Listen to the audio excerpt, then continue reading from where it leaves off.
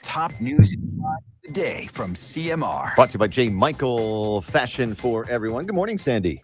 Hey, Blake and Aaron. Good morning. How are you guys doing? Good. Fine and dandy on a Tuesday. All right. Fantastic. So we got some breaking news for you, exclusive here on 106 this morning and KISS 106. Hold on a there's second. A bit of... Hold on.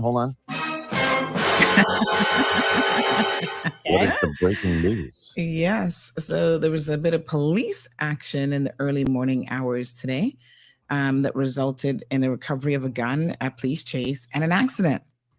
Really? So, yeah, pretty crazy. Wow. So we understand that the persons might have been stopped in the vicinity of Windsor Park area. We've got some footage of the wrecked vehicle on our social media pages if anybody wants to go check that out. And the police seem to have been busy because they were also in the Hearst Road section of Savannah, Newlands area with some police action in the early morning hours as well. So someone just said it was Smith Road area, not exactly in Windsor Park. I think the chase might have started in Windsor Park. But anyway, we'll definitely keep you all updated as we find out more about that situation. All right. Wow. Yeah. All right. So a man was robbed on 7 Mile Beach in the public parking lot this morning. I just see a typo here that I need to let Renee know about. She left a certain word out of public, which makes it very different. But yes, he was robbed and sorry, quick second here. So he was robbed and by 2 armed men, it says here, on 7 Mile Public Beach in the parking lot on Sunday around 11 p.m. So reports are that shortly after 11:30, police received a report of a robbery that had taken place about half an hour earlier. The man had just parked at the location where he was approached by 2 masked men, one of whom was carrying a handgun and the other one a knife. And they apparently robbed him of a quantity of cash and then fled on foot. He needed that machete from the other guy, from Bodden Town. Anyway, so... you think some of these are the same characters? Or Yes, I do believe. The police have always said that it's like just a handful of people causing havoc. And that's why I'm saying maybe we need to consider this 3 strike and you're out rule, where we really, get rid of some people. Mm-hmm. Mm-hmm. What do you mean, like capital punishment? What do you mean? No. Like, like a more substantial sentence and maybe actually a deportation order where they serve their sentence overseas in a real jail. Yeah. Mm-hmm. Yep. Okay. CBC has said that they've launched a new online payment system that is going to make everyone's life easier. So that launched on Monday. And apparently it allows importers and traders to pay online for single declarations with a maximum payment of $2,500. And for the past few years, CBC has embarked on streamlining their processes using technology to better serve its stakeholders while they say maximizing customer support. So we'll see how that goes. I mean, the Coles system, I think, was received with a couple of glitches, but I think a lot of it has been ironed out now, and people are quite glad to have that available. All right, final story of the morning. The UCCI says that they have had, thousands of people roll through their STEM conference, which was held last week, November the 1st through the 3rd. They're very, very proud of this amazing accomplishment. They had over 1,100 eager students and the presence of more than 350 influential community and business leaders. They packed the landmark event, which they say is a testament to UCCI's unwavering dedication to promoting science, technology, engineering, and mathematics. So this is the biggest STEM conference in the Cayman Islands. And they had some really wonderful speakers. In fact, there's a Caymanian, Dr. Martha Williams, who's a celebrated PhD polymer scientist and inventor who retired from NASA after 29 years. And she's from Cayman Brac. Awesome. Yeah. All right. Those are your news headlines this beautiful Tuesday morning. I got a nice kicker story for you. Okay. Let's hear it. It's good news. What It's is it? breaking news. Oh, ooh la la. This weekend is a 3-day holiday weekend. Haha! Snuck up on you. Remembrance Day. Did you know that? Yes, I knew it was coming. Yeah, 3-day Yeah. holiday. We It's haven't because you had don't. one. Yeah, you don't. You forget about them for a while, and then Mhm. all of a sudden it's like, bam, there we go. Because we had to go through that long stretch through the Mhm. summer. And then, now we've got that 3-day Mhm. holiday weekend coming up. Monday's I Remembrance know. Day. We get Yeah. used to having a holiday every month. But yeah, it's coming. Sweet. All right, have a great day. We'll catch your show Thanks, coming up guys. on Have a good Bobo one. 89.1 FM. By the way, if you want your own show. All right, folks. Good morning to everyone. Let's go ahead and grab some links while we are waiting for 7:35, which is when we go live on radio. Happy Tuesday to everyone. Hope you guys are doing fantastic today. Let me see here now. Let's grab Facebook first this morning. Yay. See lots of people on Facebook already. And then we shall grab YouTube feed. There are literally people who sit down and wait until I send out these links. They're like, I can't be bothered. Sandy will send it to me. All right, there it is. We got YouTube. And how many seconds? 20 seconds left just until we go live here now, folks.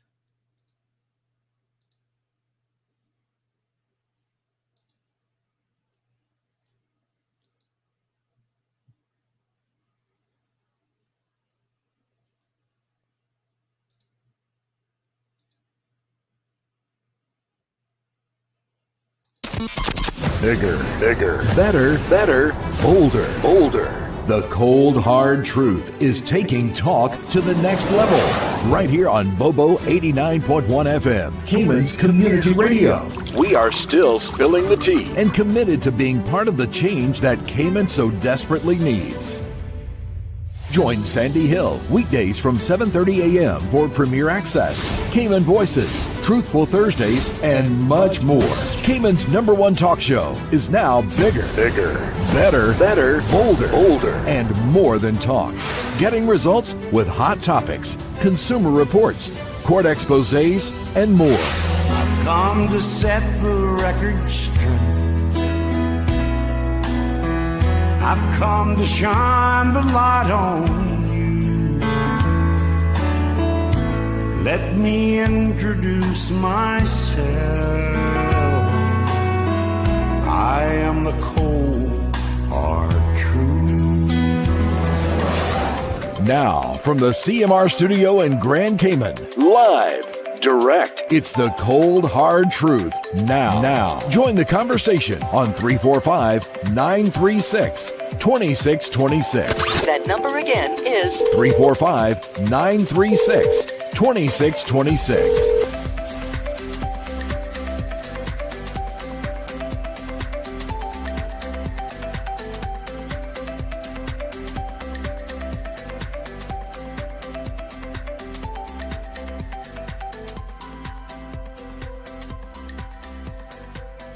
All right, everybody. Happy Tuesday. Welcome to another episode of The Cold Hard Truth. And of course, Tuesday, you guys know what Tuesday means. Means that it is Medical Rundown Tuesday with none other than Health City Cayman Islands. And they're here to share their wealth of knowledge and information with us, which we're always happy to receive because, in my personal experience, it's always good stuff that's going to make us more educated, more informed, and medically aware. Now, listen, I need to give a big shout out. I know we've talked about this kind of briefly on the program recently, but I want to do a special shout out to Dr. Benoit and the entire team really at Health City Cayman Islands for being there in a crunch when you need them. So recently I had a bit of a situation where I had to have some tests redone, insurance companies, to be honest. And so I needed to have some tests redone and some further explanation to help me get through a little bit of a situation. And so Dr. Benoit, despite being super busy and having a surgery on a particular day, was still making himself available I was able to contact him and his team, get medical records, sent to me in a flash, as well as get him to, send a supportive email, just kind of explaining some of what the respective parties needed to be looking at. And it was one of those situations where it was a real deal killer, in fact. And so Dr. Benoit and his team really came to my rescue in a way that makes me extremely grateful. Everything from the lab guys to, I think her name is Shalene. If I'm getting it wrong, she'll forgive me, hopefully. She's just so amazing when you go there. It kind of Shalini walks you through everything and just gets you, through your appointment locations within the health city facility as quickly as possible. So thank you guys so much. It was, it was just amazing how quickly it happened, how quickly I could get my reports done, some blood work, and just get that situation resolved. So it's always good when you have not just good physicians at your disposal, but good physicians at your disposal, folks who understand, the elements of life. Like sometimes you're in a rush, you've got to try to get stuff done. Sometimes you need them to send an email, you need medical records, you need a doctor's note. And they were just really, somebody said Shalene. Is it Shalene? Is how it's pronounced. But anyway, she knows who I mean. I think she's on vacation this week, but they just really, really come through for you. And they say Nurse Shalene is amazing. So somebody else has had another amazing experience with her as well. So on that note, let's go ahead and bring in Shamari. I think he might have some bad football news if I read the headlines correctly yesterday. Oh, so you're keeping track. You see? I did see a headline. Yes. Well, I still have and I'm still here, ready. You're still going to stick with them. I like supporting it. We went all the way over to Germany because the NFL is trying to expand. So every year they have 1 or 2 games overseas. Oh, okay. So that game was in Germany. So we had to wake up early Sunday morning to watch my team lose. We only lost by 1 touchdown, and it was to the Super Bowl champs from last year. So it wasn't, and we had a chance to tie it at the end. So it wasn't a horrible game, but we're still 6-3, still top of the AFC East. Can't hear you, which is weird. Is anybody else having an issue hearing Shamari? I mean, I can hear him just fine. Denny, you might need to maybe refresh something. I'm not sure. But I think everybody else can hear him.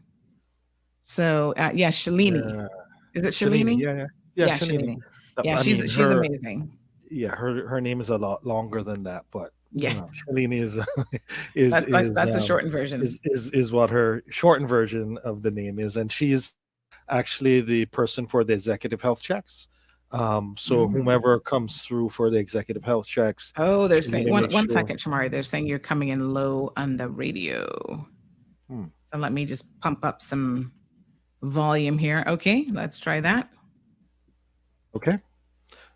So Shalini is in charge of the executive health check area in regards to making sure you're scheduled in properly. You go to every specific department to make sure you see the physician afterwards and that you have your records and getting you signed up with our Connect app. So Sandra, that time that you were having the issue with some of your medical records, I was able to show you what my app looks like. So we definitely need to get you on that app, the Connect app, because at any point in time, you can go and see your medical records, your notes from your physician, etc. And we keep promising, but before the end of the year, we'll definitely have a demo so that we can walk people through how to use that app, because in a crunch, it's always good to have your medical records at your fingertip, which you can get through the Connect app that we have as well. But if you didn't hear me, Dolphins, yes, we lost, but it was just by a touchdown. 1 touchdown, we could have tied the game in the end,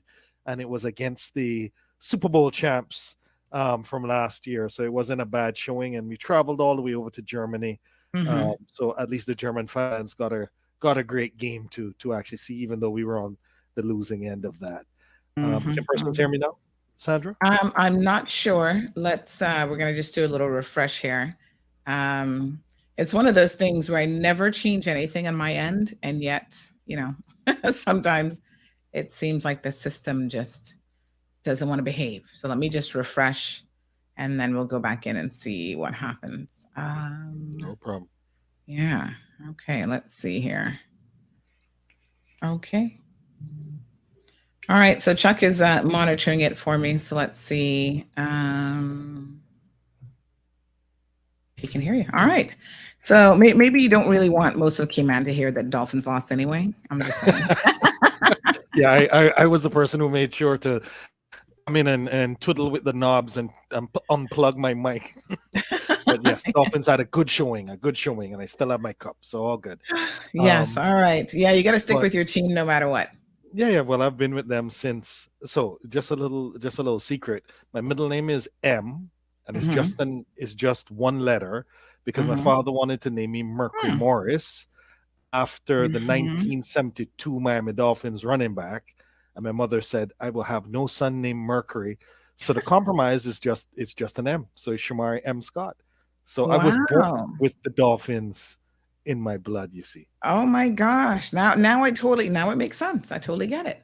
Yeah. You had no choice but to love the Dolphins Well, after all of that. and we had a great team back then. So yeah, but absolutely. great to be here. I know I wasn't here last Monday, right? Yeah. Because the show moved.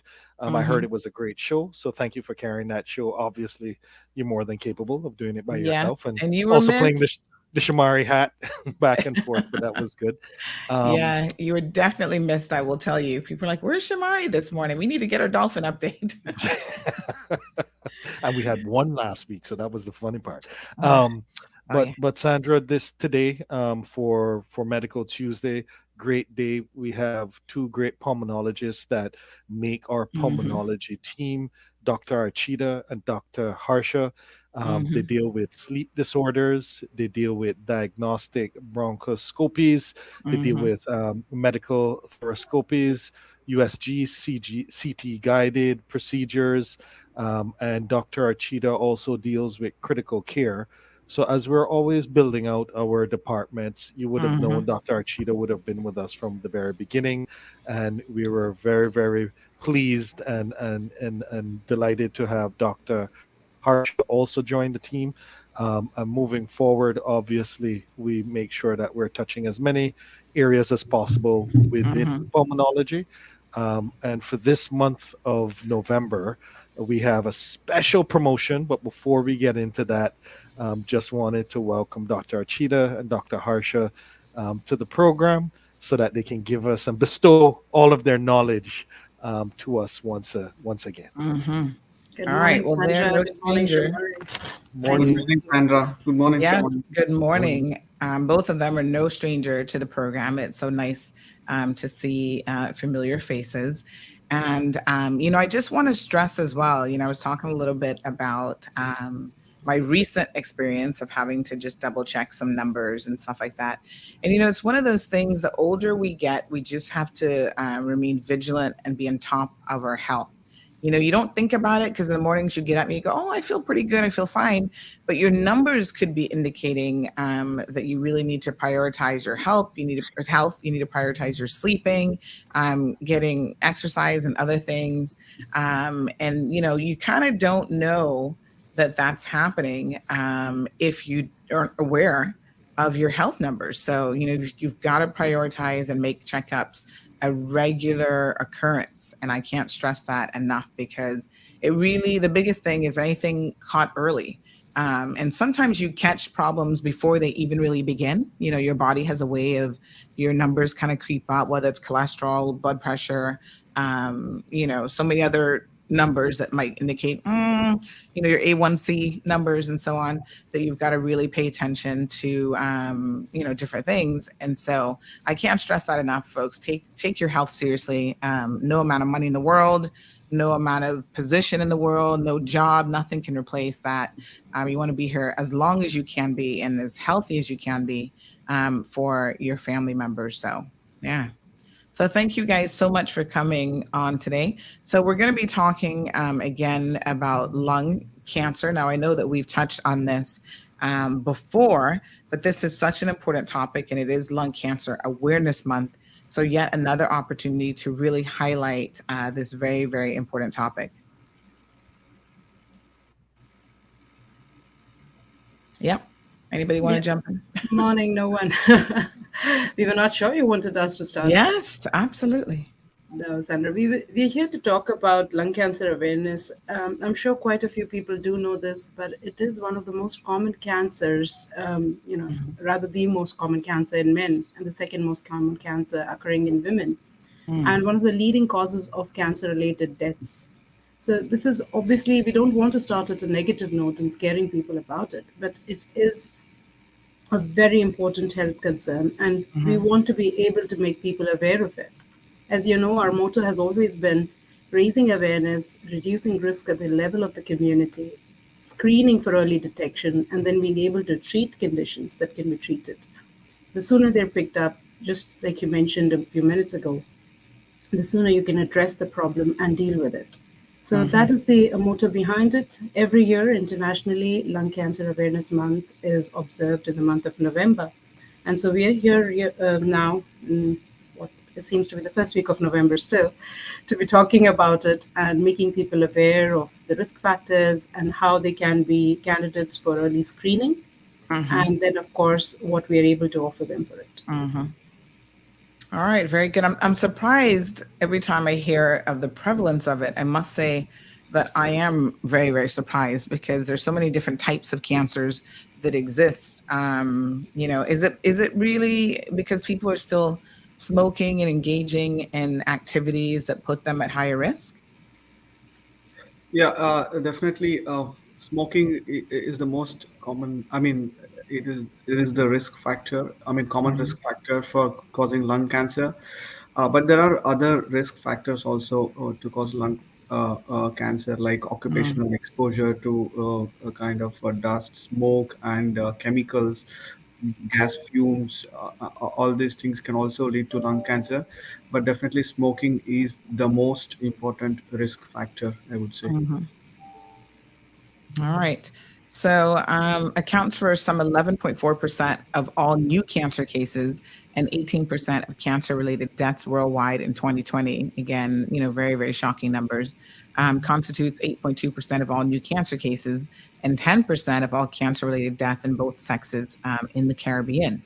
I actually, when we were in Europe recently, I think most people know that I did a Greece trip at the Mediterranean, and I was really, really shocked and surprised that so many people smoked. It was just like, wow. I think in the US, I guess people are still smoking in the States, but there are probably more restrictions on where you can smoke. And, I found that like at our hotel, people, like I would sit in the lobby and I could smell the cigarette smoke. I'm like, are people smoking inside?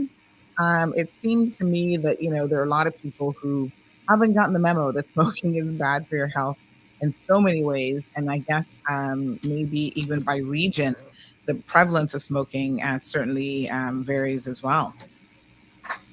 True, it's quite common in Europe, though. I mean, surprisingly, since there's a lot of, let me say, awareness in that region, but it's still quite prevalent. I mean, that's my observation as well. Yeah. But any which ways, I believe tobacco smoking has been around for hundreds of years, and it still is a prevalent addiction. It still is something that people do. They may be now moving towards more refined ways of consuming tobacco smoke, maybe in the form of vaping and whatnot. But cigarettes and other forms of tobacco smoke continue to remain a risk factor. And remember, cancers do not develop overnight. It's not like if you've been a smoker for a few days, you're going to develop it. But the effects may show later on in life. So there's also people in the past who've been exposed to asbestos, and they start showing signs of cancers 30 to 40 years down the line. So we cannot talk about risk as a present day risk, but also cumulative risk over the period of years that people have been exposed to. Right. So far, lung cancer risk remains on a high.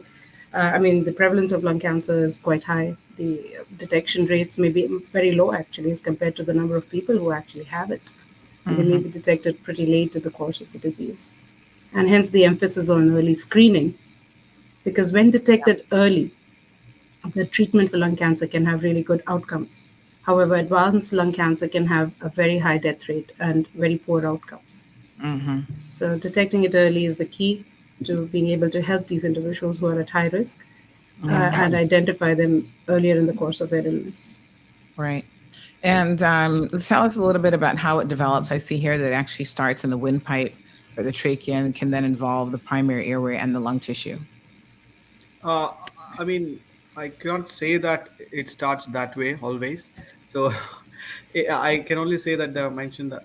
I mean, they say that it may start from that, but to say that it depends on the cell where it originates. So the cell, that means the lining we have, that starts from the windpipe, like the larynx, and down that there is trachea, that is windpipe and bronchus, and then alveoli. So in this lining we have different varieties of lining cells.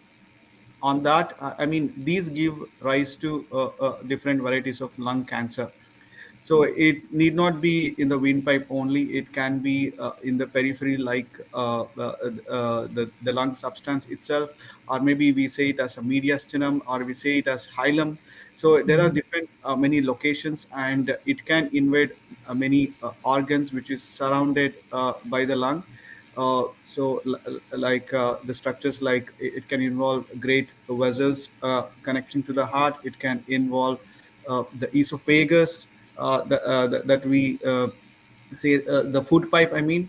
So it can involve anything which is surrounding that, depending on the aggression of the tumor. So different tumors behave in different ways. Yeah. So we cannot exactly say that it starts from the windpipe and goes down. Yeah. Okay. Well, we've got a few people here. Good morning, who are saying that they're so thankful. Miss Yvette says, Dr. Cheetah, that's my doctor, the best. And she says, good morning to everyone. We have Creeker Maria, yes, says, I have chronic lung disease. So there are other ailments of the lung as well that are not necessarily lung cancer, but today's focus is kind of specific to lung cancer. So Mariah, of course, you can reach out to the Health City team. They deal with, all pulmonary and lung related illnesses, Dr. Archita and Dr. Harsha being, the ones sort of leading that team. So we talked about smoking being the number one risk factor. Leanna has a question that comes up time and time again about vaping, whether smoking tobacco or vaping, which is worse. Is there any such thing as a good, introducing anything into your lungs? Is that good by any stretch of the imagination? I mean, should we be saying, well, go ahead and vape because, maybe you'll catch something else, but it won't be lung cancer? Like, what's the deal here? I think we're really not so much aware about the long-term effects of vaping on the lung or the breathing passage. But intuitively, it really cannot be healthy to be inhaling chemicals into the lung, right? And we have already had reported cases, and we've had this chart before, I believe, but there have been reported cases of acute lung injury or damage to the lung from vaping. And this is basically just consuming chemicals from unregulated providers. We don't know what they put into those vapes, and different providers or different manufacturers may be putting different types of substances. It's still not a very regulated industry, and a lot of these substances are potentially carcinogenic. But as I mentioned earlier, we do not see carcinogenic effects or the development of cancer within a few days, weeks, or months. It takes years to show up, and so it's very difficult to comment on on vaping being a risk factor for lung cancer yet. As you may know, from the first vape being developed, it's probably been just about 2 decades, and we may start seeing an increase in. We are already seeing an increase in consumption, and we may start seeing the effects of this vaping down the line. But we don't want to reach that stage and then detect, that, it's a risk factor. And more so because vaping is now being taken up by teenagers and kids in school. And so we are going to see lung cancer onset perhaps much earlier in life, and in individuals who have been, vaping for a very long period of time, sometimes so discreetly that they may not even themselves recognize this as a risk factor, but nobody would really know that they are at a higher risk because they don't talk about it, and it's so discreet and easy to use. Yeah. So I wouldn't encourage it. Yes. And I find that a lot of people vape a lot more as well. And just to state, Sandy, so I think my generation, due to our generation, Sandy, due to all of the impacts Our generation, Shamari. yes, Dr. Archita, not yeah, our generation, but due to all the impact of smoking, and there were so many public service announcements and in classrooms, and they got rid of the marketing and made it illegal to market to Yes. kids.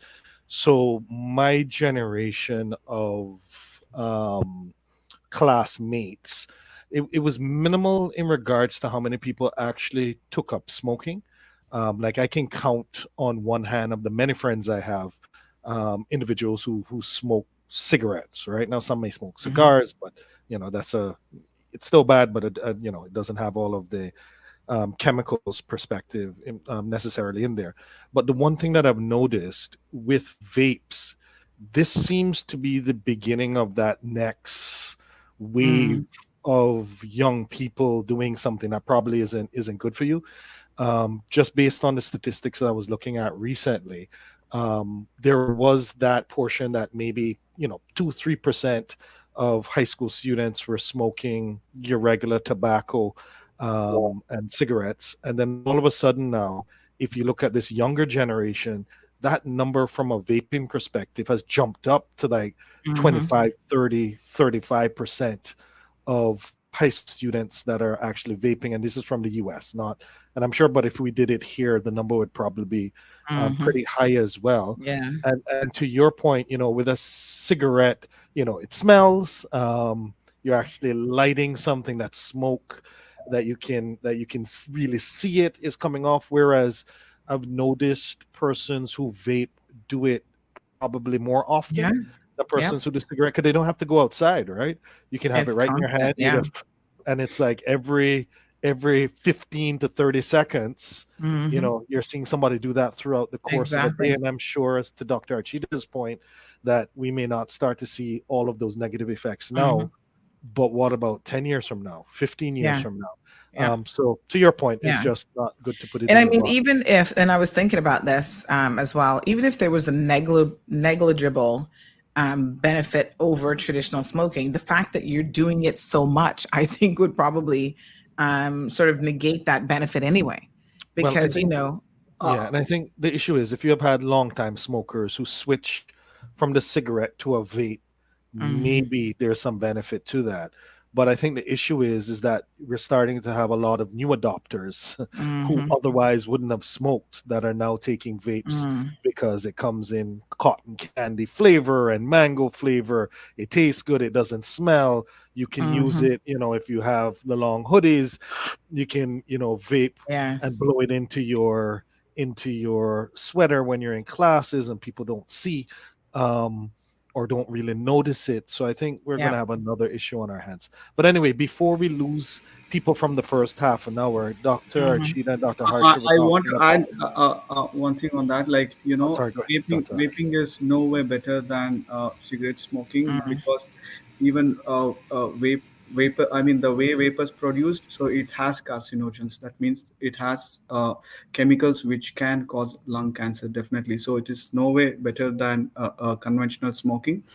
And one more thing, like, we should remember that every puff we inhale, the smoking, it contains, they say, 1 into 10 to the power of 15. So you can remember 10 to the power of 15, how many zeros in that many number of free radicals. Free radicals are those responsible to cause lung cancer.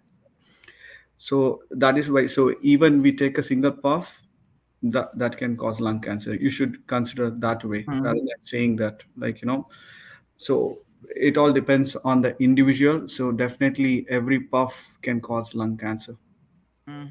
Very good. We do have a caller in the line. Good morning, caller, and welcome to the program. Good morning. Good morning.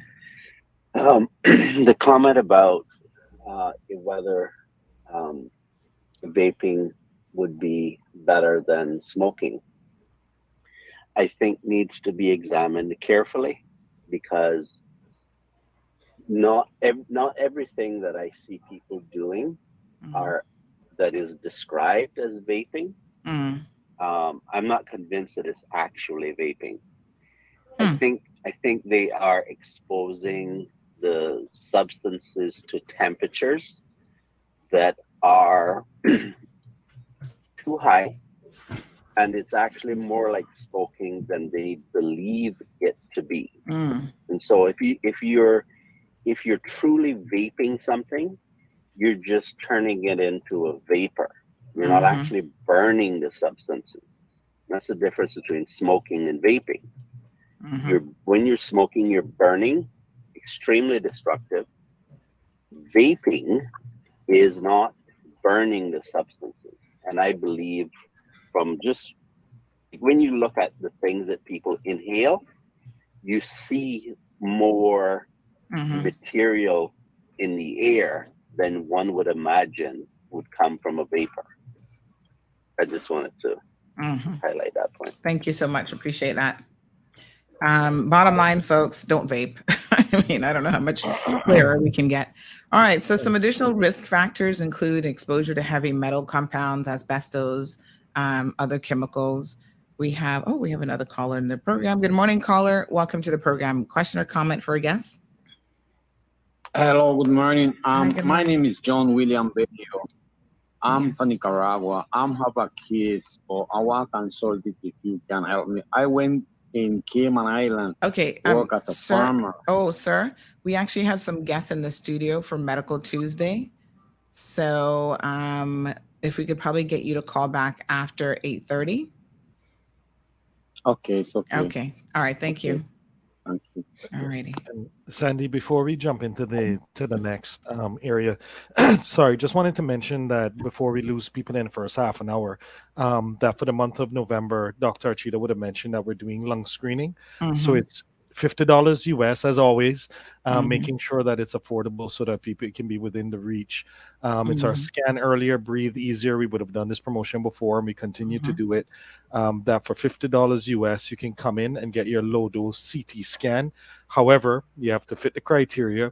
You have to be 50 years of age or older, have a history of smoking equivalent to a pack a day for 20 years, or you are a current smoker who quit within the last 15 years.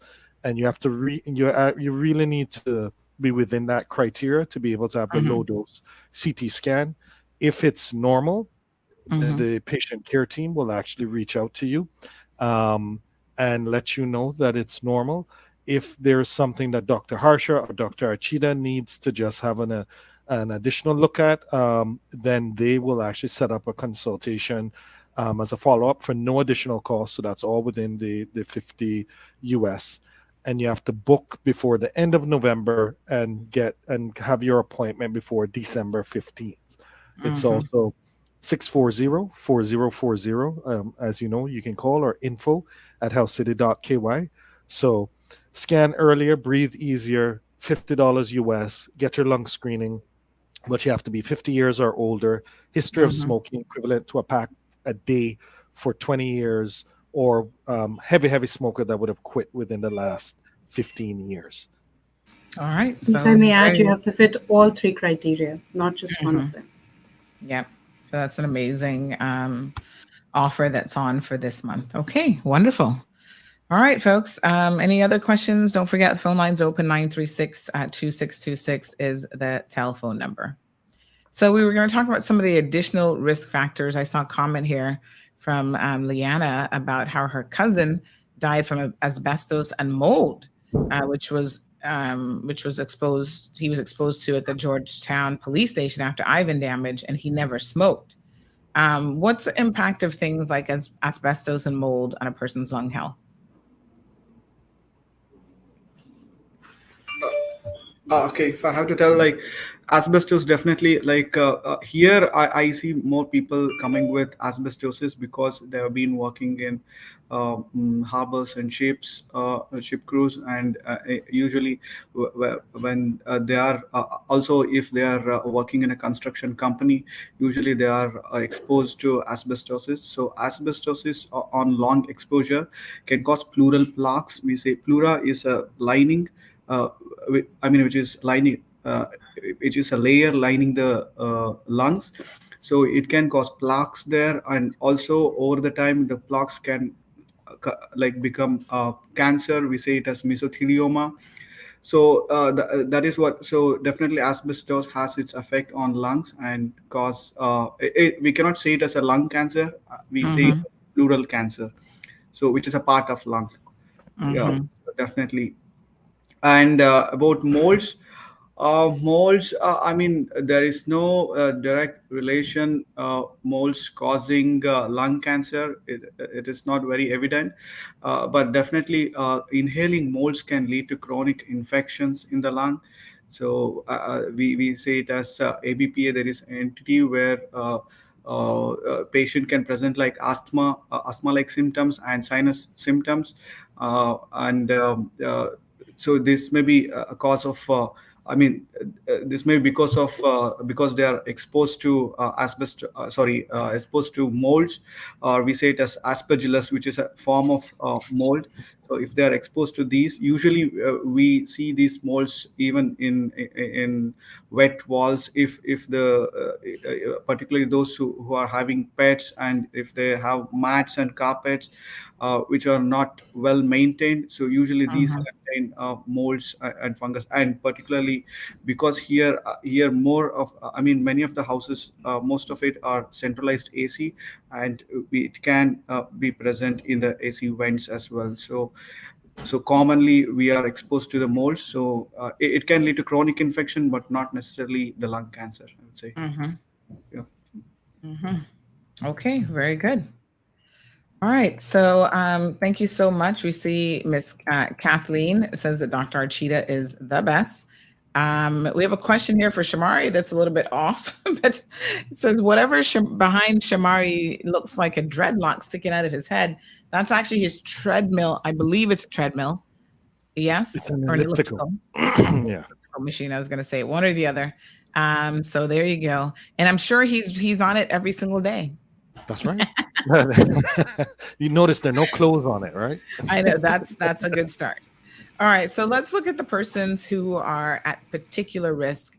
We know that obviously lung cancer and lung-related illnesses can impact anyone, but your risk goes up with most things as you age. So older population, those who've had been exposed to radon gas or certain chemicals in the workplace, and those with a family history of lung cancer. That's pretty interesting.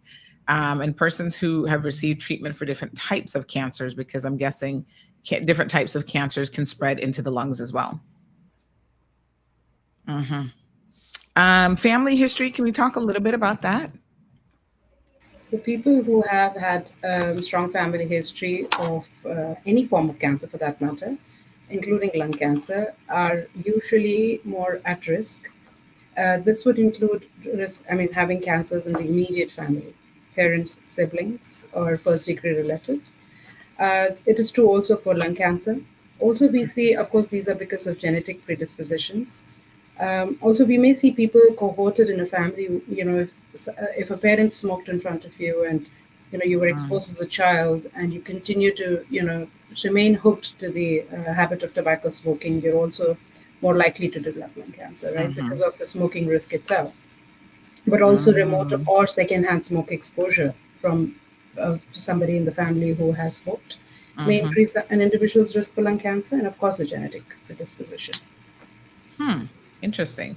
Can we talk a little bit about the many years ago I was reading an article that talked about not just the ills of secondhand smoke, but there's such a thing as thirdhand smoke, which I was very, very surprised to hear about. But basically, that is where you have the smoke seeps into everything. So it seeps into your clothing, your furniture, your hair. Like it literally gets into substances that you can't really eradicate, right?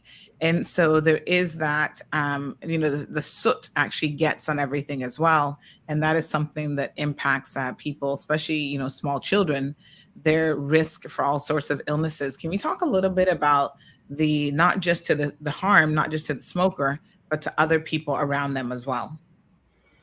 Some people when they were diagnosed with lung cancer, they would be wondering, I never smoked, I did not touch tobacco anytime, but still, how did I get lung cancer? So for them, maybe this is the answer. Probably there are other causes also, which because of which they would have had lung cancer, but this could be one of the cause, because usually people living with those who are smokers, like so the smoking suit can drop anywhere, like and whenever the other person in the family who's usually maintaining the house, so when the dust, when they're using the materials which are surrounding, or the cloths, or any form of the thing, so definitely they can inhale those dust, or the particles, we can say. Mhm. So they are definitely at risk. So definitely people, those who are living with the smokers, so they should be aware of it. Yeah, but Mhm. there is no way they will know it. Definitely Right. that can also be a cause for causing lung. Yeah. Yeah. Wow. So that's why the term was changed from second-hand and third-hand to environmental tobacco smoke exposure. So we talk Mhm. about ETS these days, and not just it's a more generalized exposure that we're worried about, especially Mhm. causing respiratory ailments among young children, as you mentioned, or infants when Mhm. they're exposed to it. But also, in general, it does increase risk of lung cancer. So, if an individual who's been a smoker has a 25 time higher risk of having lung cancers, and a non smoker who's been exposed to environmental tobacco smoke may have a lesser chance, but still is at a higher risk than somebody who's never been exposed to smoke of developing lung cancer. Mhm. Wow. All right, folks, the more you know, the more you grow. Okay. Wow. I'm still all right. Let's talk about some symptoms then. What should people be looking at that should be of some concern if they start to exhibit any of these? Is it something where you can have it and not have any symptoms at all? Can it be that sneaky? Yes, it can, Mm, unfortunately, unless it has advanced advanced stage. significantly to start Yeah. causing symptoms. And that's why we keep saying screening is meant for people who are not symptomatic or mildly Uh-huh. symptomatic and have high risk. So, as we know, I mean, a lot of cancers can remain undetected for a very long time, but particularly so for lung cancers. Mhm. Also, the symptoms may be subtle, like just a chronic cough, which a smoker would attribute to just smoking itself and not pay much attention to. But as you've already mentioned on the slide, I mean, some of the symptoms are a persistent cough, which just won't go away, especially if you are an individual at high risk, have been a long-term smoker or exposed to environmental smoke of some form. Mhm. Coughing up blood, shortness of breath, localized chest pains, unexplained weight loss or loss of appetite, which is Mhm. unintentional, of course, change in voice, feeling or palpating lumps and bumps somewhere in your body, which were not there earlier. Mm. So these are things that one wants to be on the lookout for. These would be early symptoms. Sometimes they can be, of course, severe pain related to breathing, which can happen if this tumor is is invading into the lining of the lung or the wall of the lungs, Mhm. of the chest wall. So there could be many symptoms depending on the location of the lesion. Mhm. Mm. There could be also new onset of wheezing for that matter. Right. All right. And let's talk now about some of the available treatments. Yeah, like the modality of treatment, or the how we treat the lung cancer, depends on the histopathological variety of the lung cancer we are seeing, and also it depends on the stage of the lung cancer where we detect it.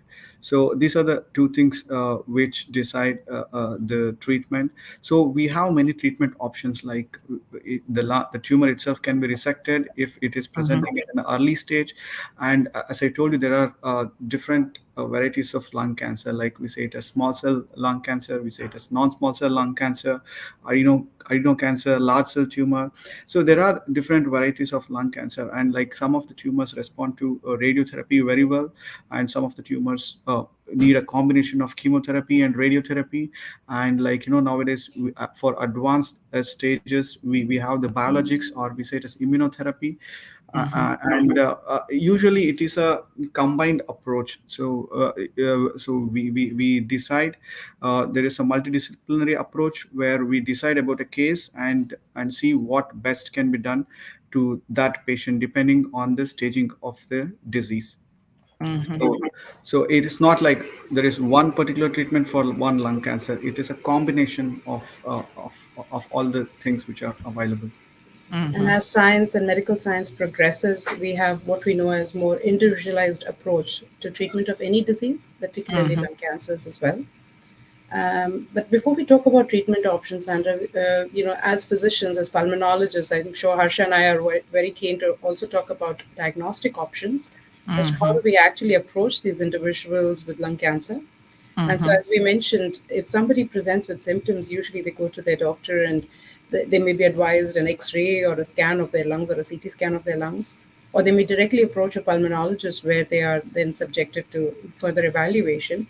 And once an abnormal area in the lung is detected on any kind of scan, either an X-ray or a CT scan, then a further workup is planned, which would include to obtain a biopsy from this area, which looks abnormal.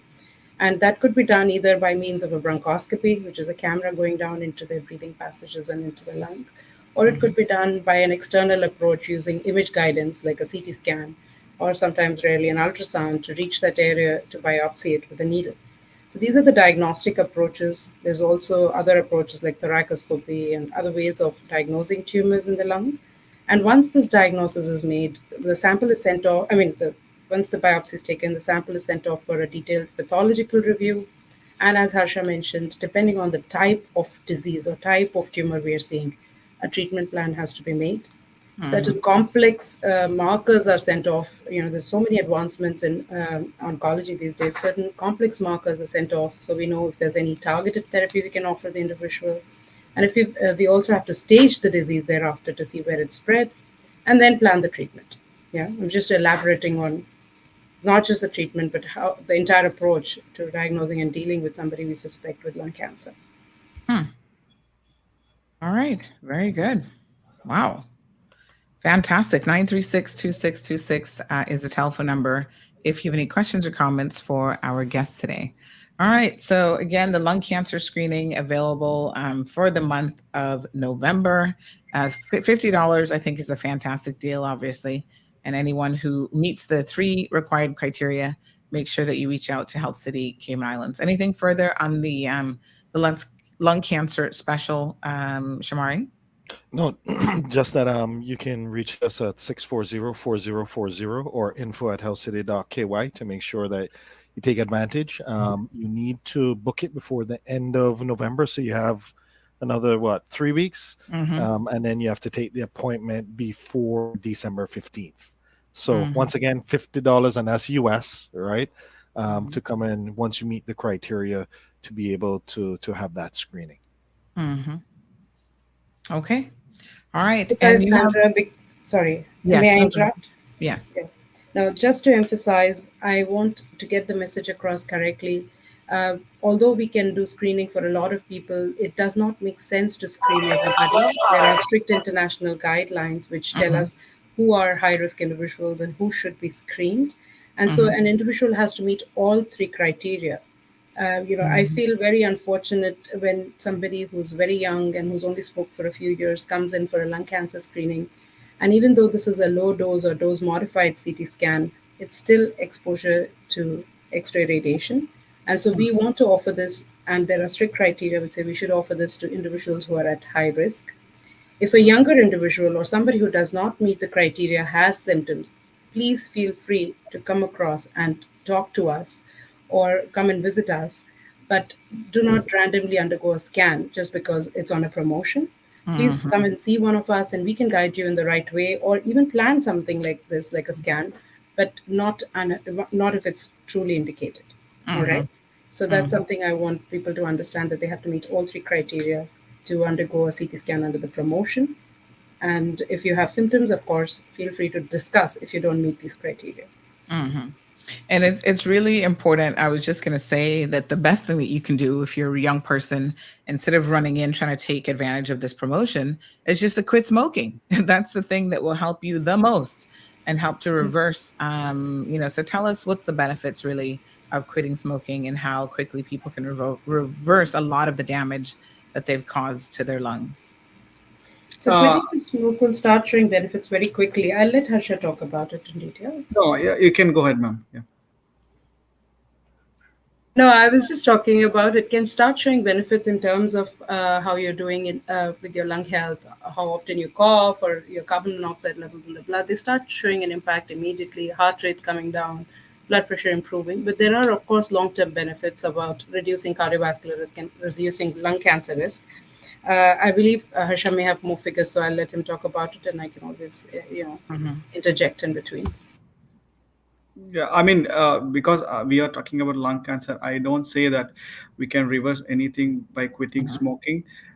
So, as I told you, every puff can be carcinogenic. That means can be a risk for having lung cancer. So, stopping smoking does not necessarily reduce the risk of lung cancer per se. So, definitely, like in future, if they if they already have not I mean, damage the lung, so it will definitely prevent further damage. But once the damage is made, that is usually not reversible. So that is why. So because people say that they smoked when they were teenagers or during the college day, and Mhm. they show up when they are at their 50s or 60s, saying that uh, coming with symptoms like shortness of breath. So Mhm. when we see their lung function, they will have had their lung damaged. So definitely, so we cannot reverse actually. So the damage which is caused by the smoking, so we can only reduce further progression. So Mhm. but otherwise, so definitely when we quit smoking, it will generally reduce the risk of getting lung cancer in the future. Yeah, Mhm. and vaping, definitely vaping is not more safer than tobacco smoking, like the conventional cigarette smoking, because even that has carcinogens. Yeah. Mhm. Hmm. All right, very good. So the best thing to do is never to start.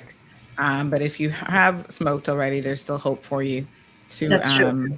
to quit. And you asked us, Sandra, it's not an easy addiction to get rid of. You said, Yeah. oh, how soon can you see the benefits? Yes. A Mhm. lot of smokers do know about the harms and the benefits of quitting, but it's not easy to do.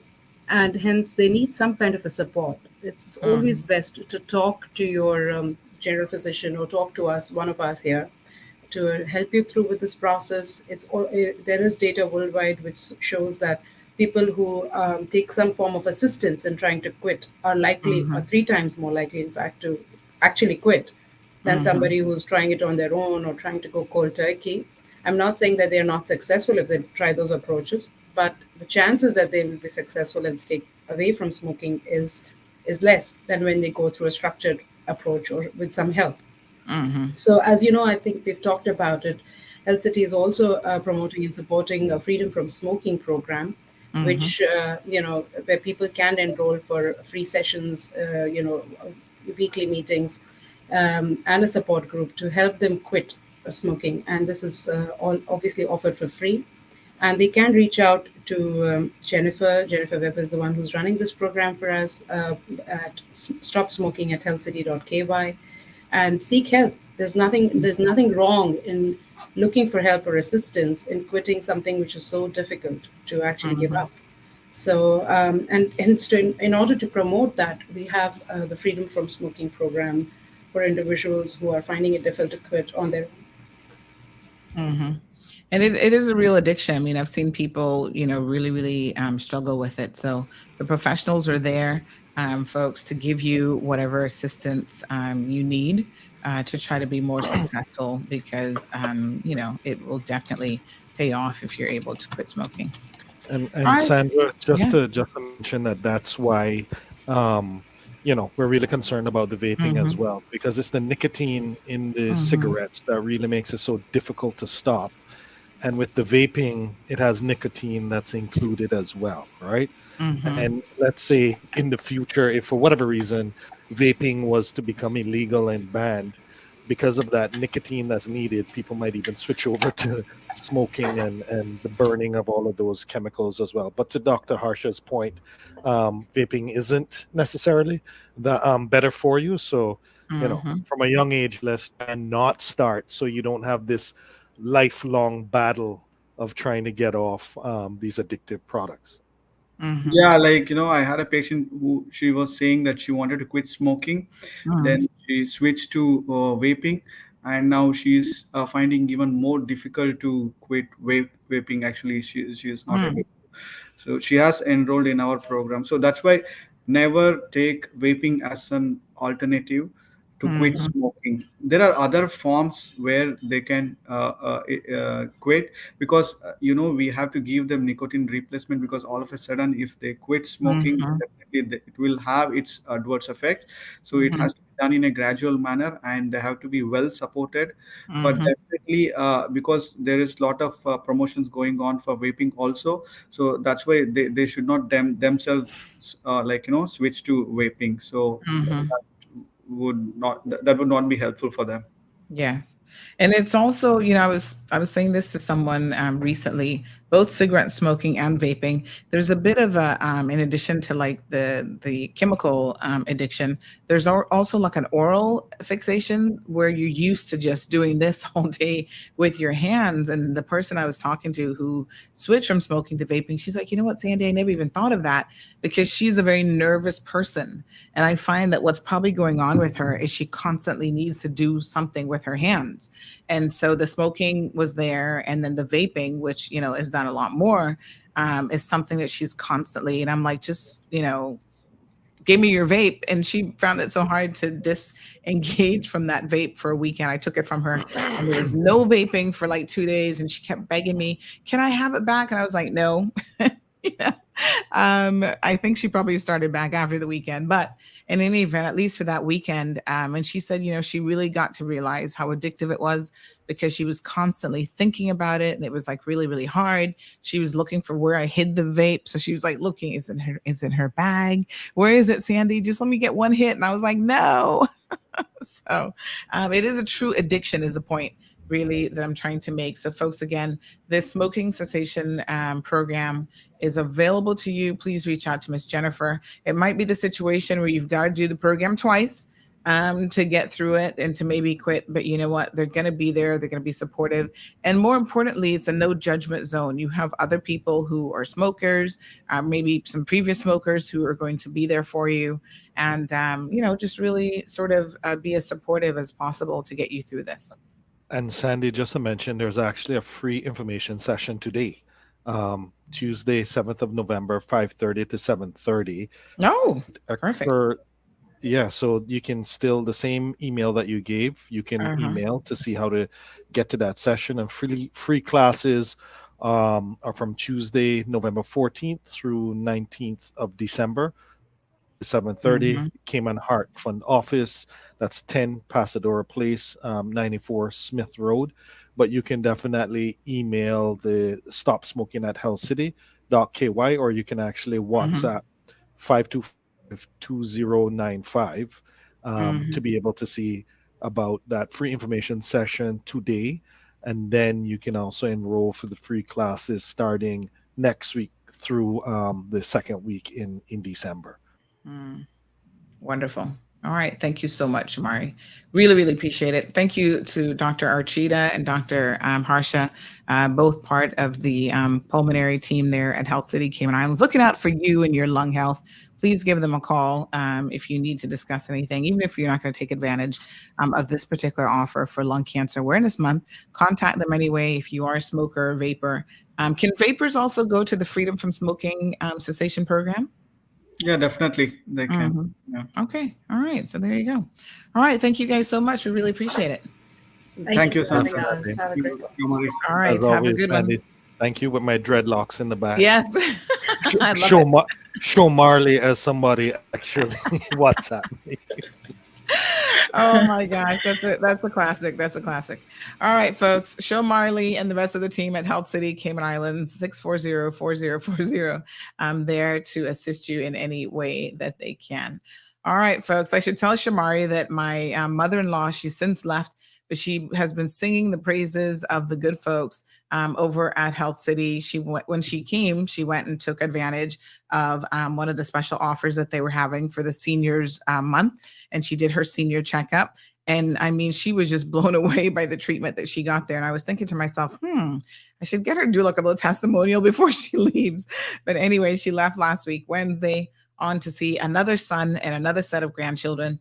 So big shout out to Miss Norma, who is now enjoying her self for another month's vacation in the United States of America. So good morning to everyone. Let's do a quick commercial break, and then we're going to come back and talk about a variety of different topics, including, crime in the Cayman Islands. We're going to get an update on what you guys think should be some of the solutions that we could be potentially looking at. We're also going to be talking about a dog abuse case, which is horrific. And I'm hoping somebody's going to go to jail for this, because we got to start treating animals better than we do. And then we're also going to talk about Pirates Week. What on earth is going on with Pirates Week? Vehicles are not only unsightly, they also lower the quality of life in our neighborhoods and pose serious public health and safety risk. To report a derelict vehicle, please call the Department of Environmental Health on 949-6696. Be a part of the solution, not the pollution. Littering is a crime punishable by a $500 fine or 6 months in prison. Brought to you by the Beautification Task Force and Ministry of Tourism and Ports. Ocean Ridge Heights offers an amazing opportunity to own a piece of land in idyllic Cayman Brac, right on the bluff, starting from $80,000. Located in a quiet residential area with high elevation, these lots are ideal for a future home or investment property and are sure to go fast. Cayman Brac offers a laid-back lifestyle, amazing pristine diving, limestone caves, diverse flora, along with amazing wildlife.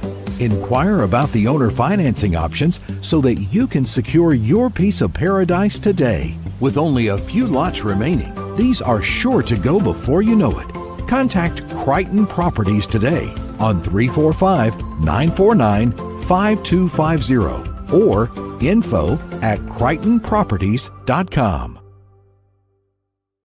Recover Personal Injury Attorneys, helping injured people get what they deserve. Did you know that insurance companies have lawyers that represent their interests? Before signing and accepting any settlement, know your rights. Call us today for a free consultation at 924-9999. That's 924-9999. Recover. Your personal injury attorneys are on standby to assist.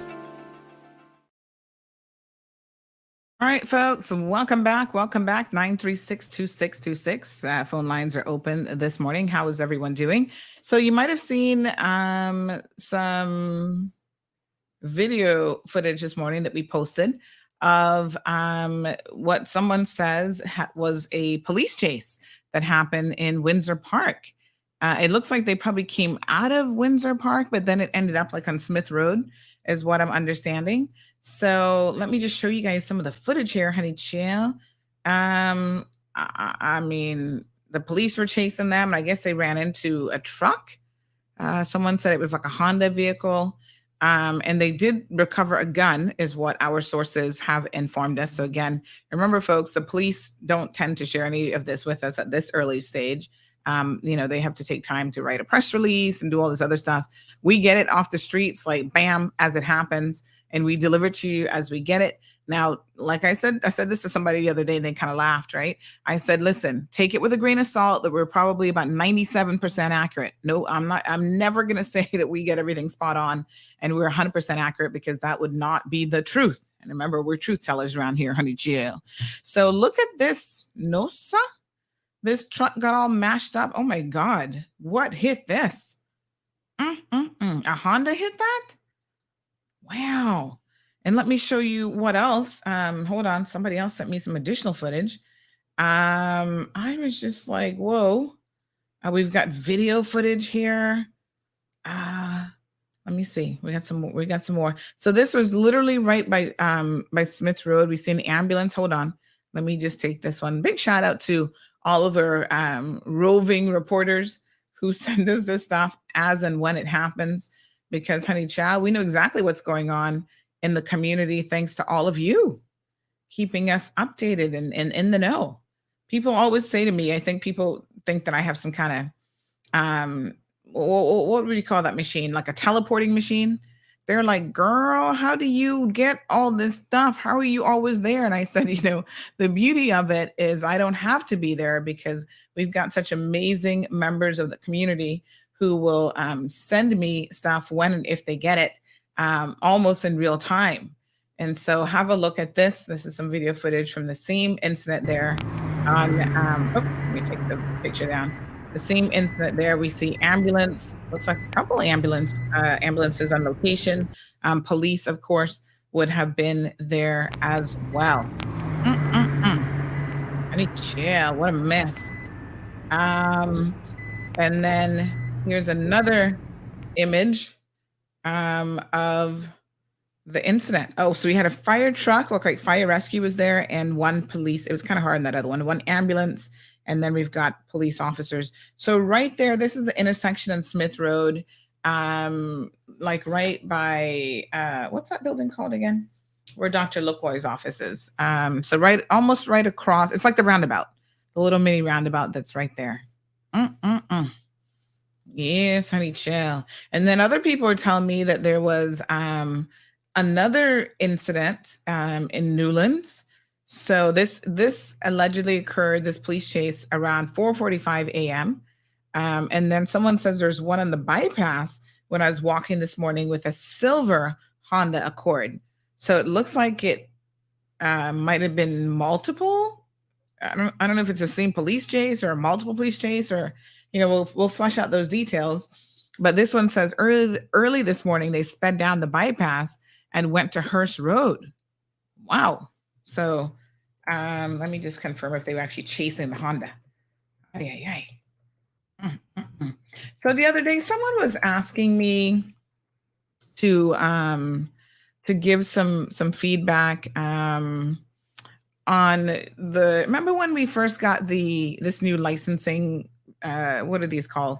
The new license plates, which not the plates, but the actual registration. And the whole idea is that they could easily scan that. And so someone said, well, why aren't the police scanning? Let me just see what his exact question was. But basically saying, why aren't police utilizing that more? And I'm not sure that in most of these circumstances they can.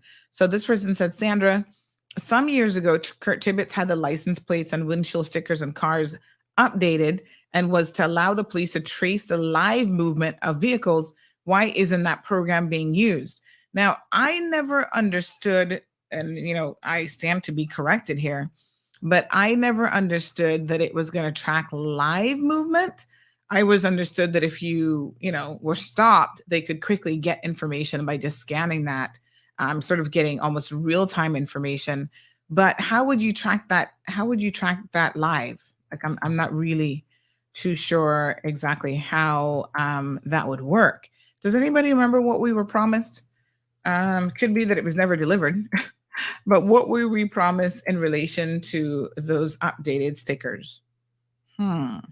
However, the point that I made is you would be surprised to know that, or maybe not, that criminals don't tend to be compliant with licensing stuff either. So you might be scanning that and still be no further ahead in terms of who the criminals are and what it is that they're up to, because chances are it's a stolen vehicle, it's a borrowed car.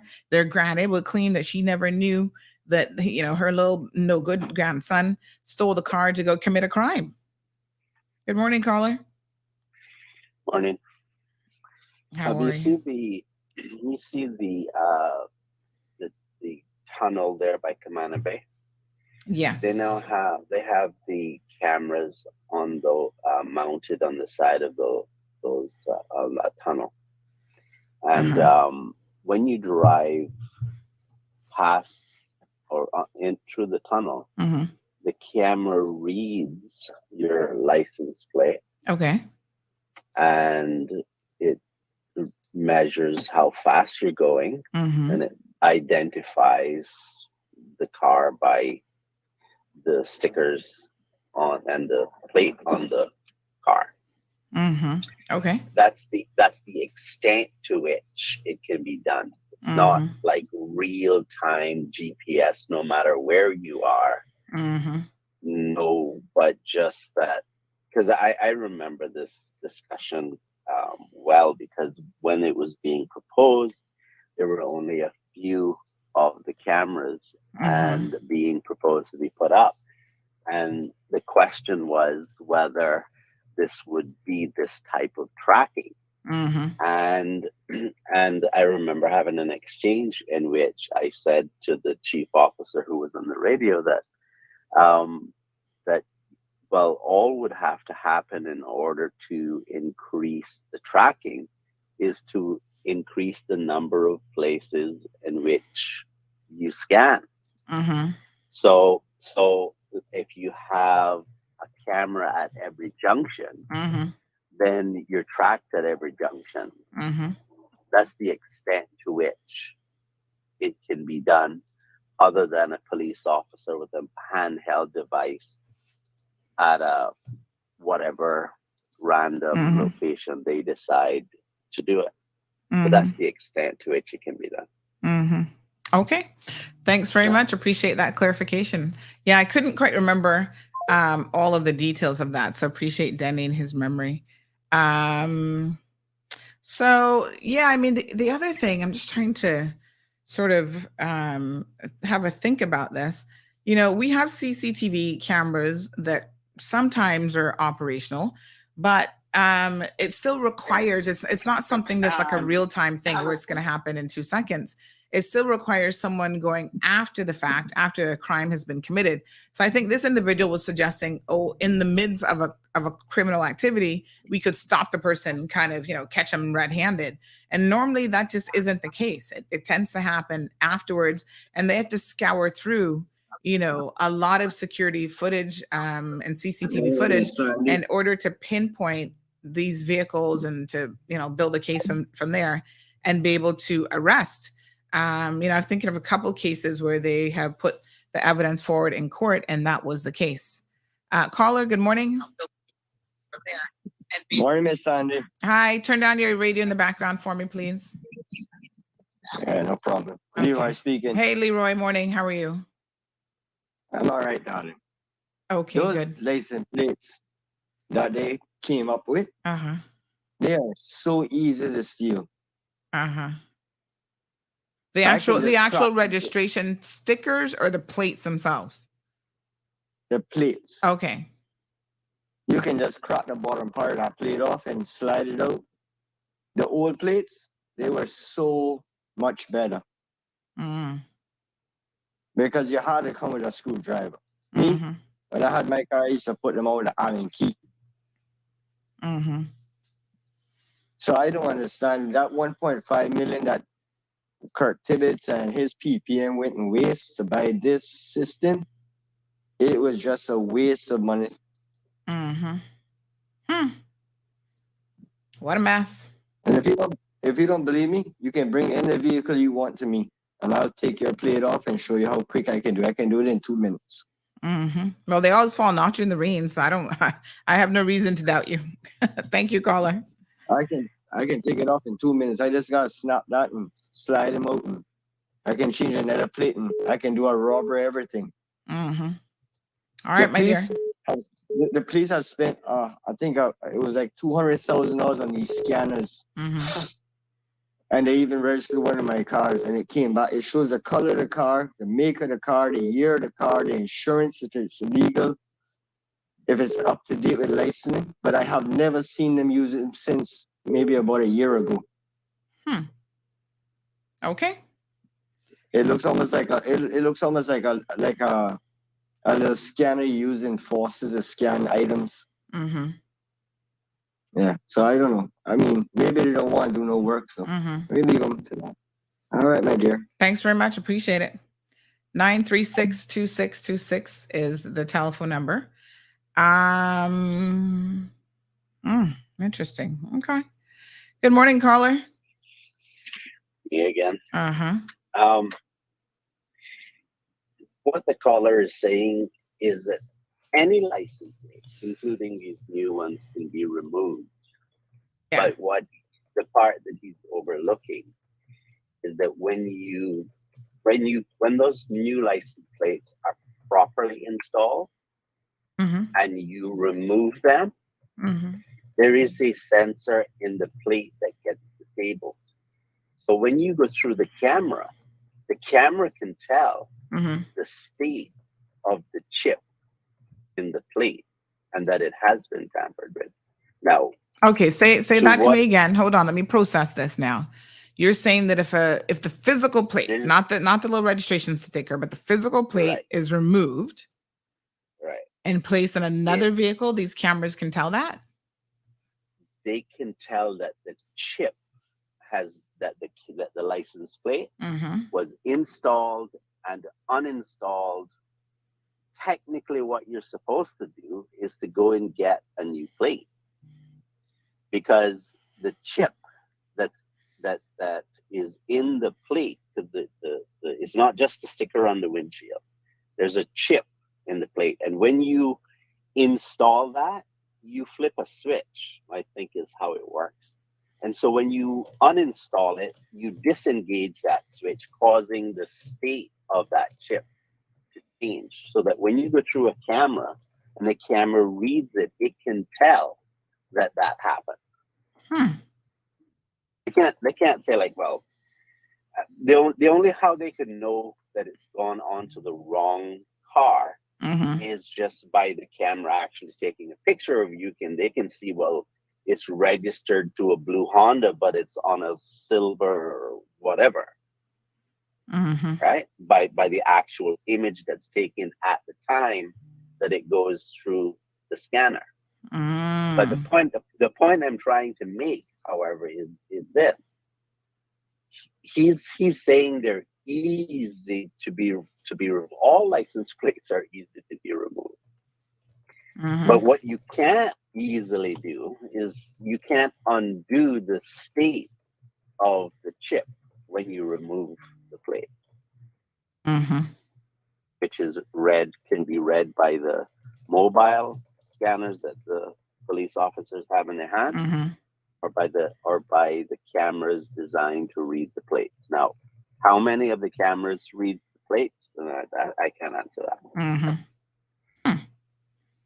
Okay, thank you very much. Appreciate it. All right. So Leroy is saying that perhaps there's been a wastage of money on this. I mean, I don't really know, because I don't think that we know enough about them. How, as Denny said, how many cameras are in use and how useful it has been in assisting the police in locating individuals. I do know, I'm telling y'all, because I've sat in court and I've seen it, that CCTV footage has been the game changer for the ones that are working in some cases. Now, it seems to me that the West Bay Road quadrant is a priority for police and government to keep those operational and working. And if you decide to commit a robbery in that area, you are more likely to probably be caught than other areas. And I refer to the Tortuga robbery, in which that young lady is now serving a 10-year sentence, Cupid. And, you know, they had CCTV footage of her from all the way West Bay. I mean, listen, this woman did multiple police interviews and she lied through her teeth. And they were like, okay, well, and I think even during the police interview, you know, she began to see how they had footage and she had to fabricate stories to try to say, okay, this is why I was at this location versus this location or whatever. So she initially had denied in her first police interview that she did not go out that night. She's like, oh no, I'm home with my kids because I'm the world's best mom and I'm always home every Friday night with my kids. I mean, those police officers during that interview must have fell out of their chair laughing, because we all know from the pictures alone that that's clearly not the case. But anyway, she, you know, no, I'm at home with my kids every Friday. I didn't do anything different that Friday. It doesn't even stand out as a peculiar Friday because I didn't do anything differently. And they said, oh, okay. So then why do we have CCTV footage of you going to Foster's, both inside the store and outside the store? We knew that you were registered number 5 and you purchased these items. Got a copy of her receipt, honey child. And I think then she realized, oh, shoot, I'm in a bit of a pickle. Good morning, caller. Are you trying to call the show? 936. No, but if you're trying to call the show, this isn't the show number. That's what I'm trying to tell you.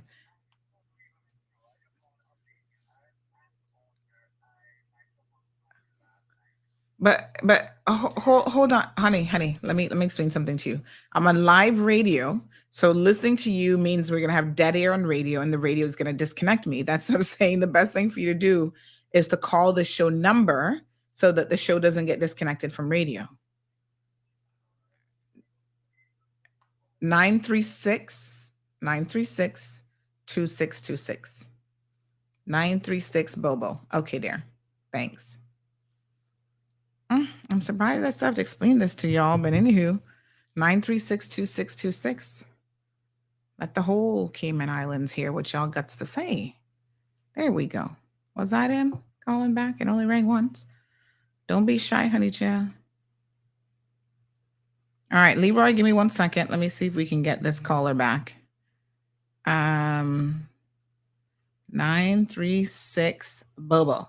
I'll even call y'all, although I don't have a toll-free number yet, Flo. Good morning, caller. Welcome to the program. Good morning. Yes, sir. I'm just calling that truck that was found, but then found crashed with cases for the police. Yes. My truck. So they ran into your truck. Is that what happened?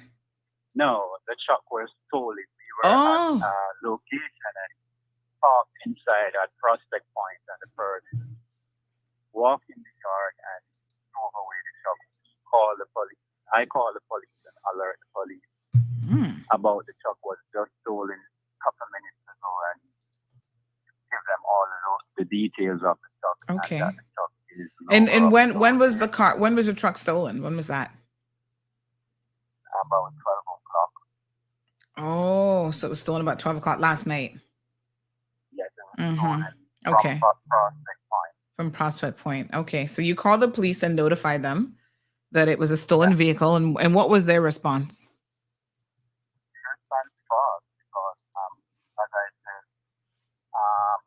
about the 30 minutes of the patrol, the car phone that I flashed down to report because my phone and everything was inside. About 20 minutes after they returned back to the scene and told me that my truck was found it, but crashed in it, pursuing them, and I will have to come to the Georgetown for some more that when my that go home, but I can't get none of my belongings that morning and come so fast. Yeah, you're coming in a little bit muffled. I don't know how you're holding the phone, but I'm having a difficult time hearing you. And some of the callers say they can't quite make you out. They said I give my report. They said okay, I can go home, and that they apprehend the suspect. They catch him and everything. So I'll have to come this morning for them because all my belongings, my phones and toys in the truck. So they said this morning. After 9 years, they will try to process as fast as possible so I can have my phone, have my whatsoever I have to do on my phone. So you had your phone and stuff in the truck when it was stolen? Everything. Wow. All my phone, my checkbook, all of it. Oh my gosh. Okay. So they informed you. Did you know that it was involved in a police chase and then subsequently crashed?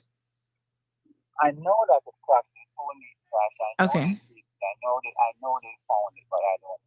This morning I was up, come to my house. Somebody that I know I heard that stuff was by a police was crashed and found weapons. Like, oh, I didn't know that. Wow. What a mess. So it looks like they might have stolen your vehicle. Are you getting the sense that they were trying to commit a crime with it or joyride in your truck? Like, what were they doing?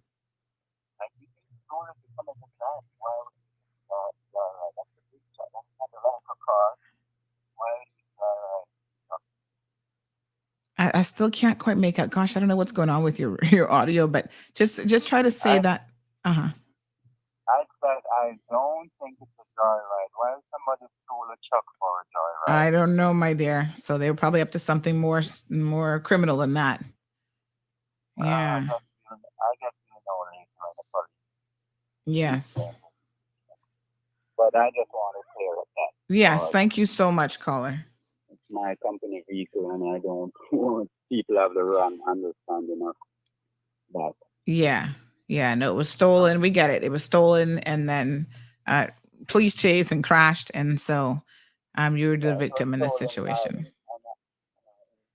Inform the police as soon as possible. Mm-hmm. They were alerted to the call.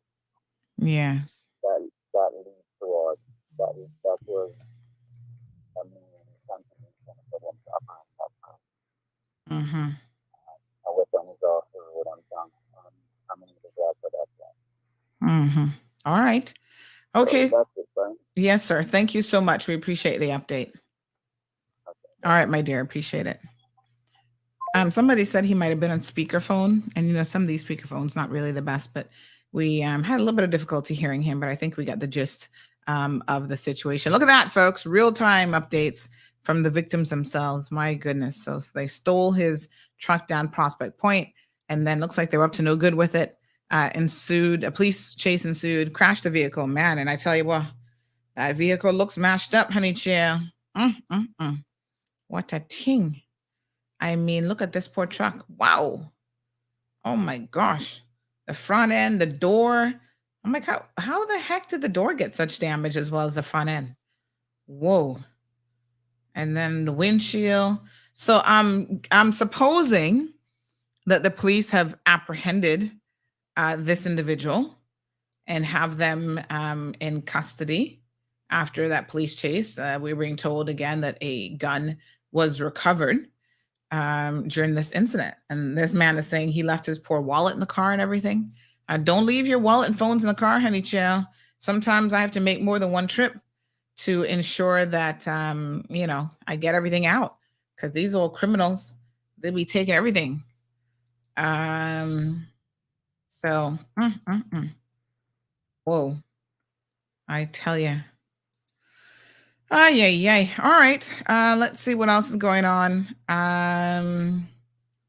Morning, Johan. Alejandro's here. Damien. Rough Seas says, I'm guessing the car needs to be still in order for the scanner to read the plate. Oh, speaking of the plate, somebody did send another message. Hold on one second. So,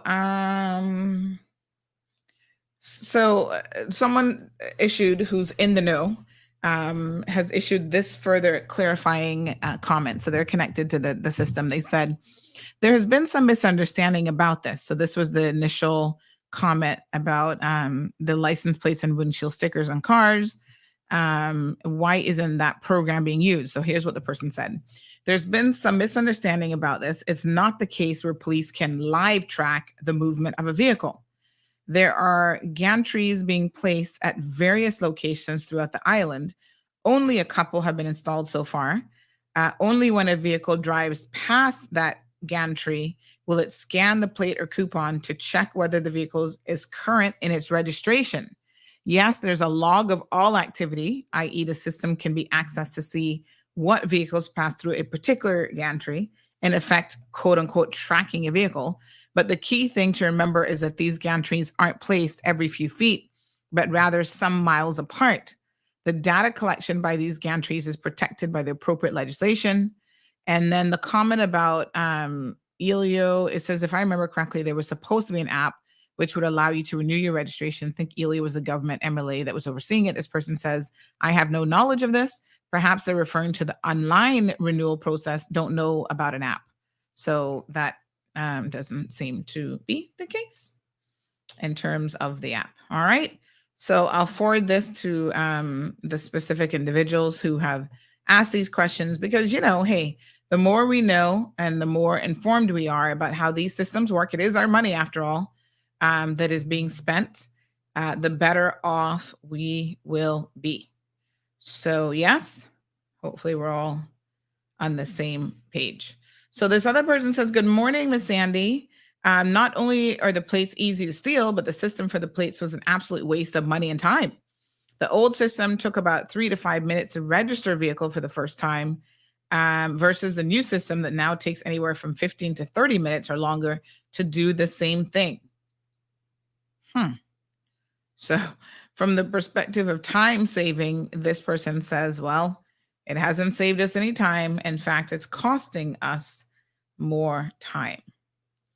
All right, let's see how that goes. Let me see now. What a hot mess. Okay. Interesting. All right, we'll get some more information there for you if at all possible. Speaking of wasting of money, big shout out to Cayman News Service for covering this story. You guys know I've been talking about the people at the port for a minute now. You think everything is quiet, but listen, I always got my ears to the ground and my eyes.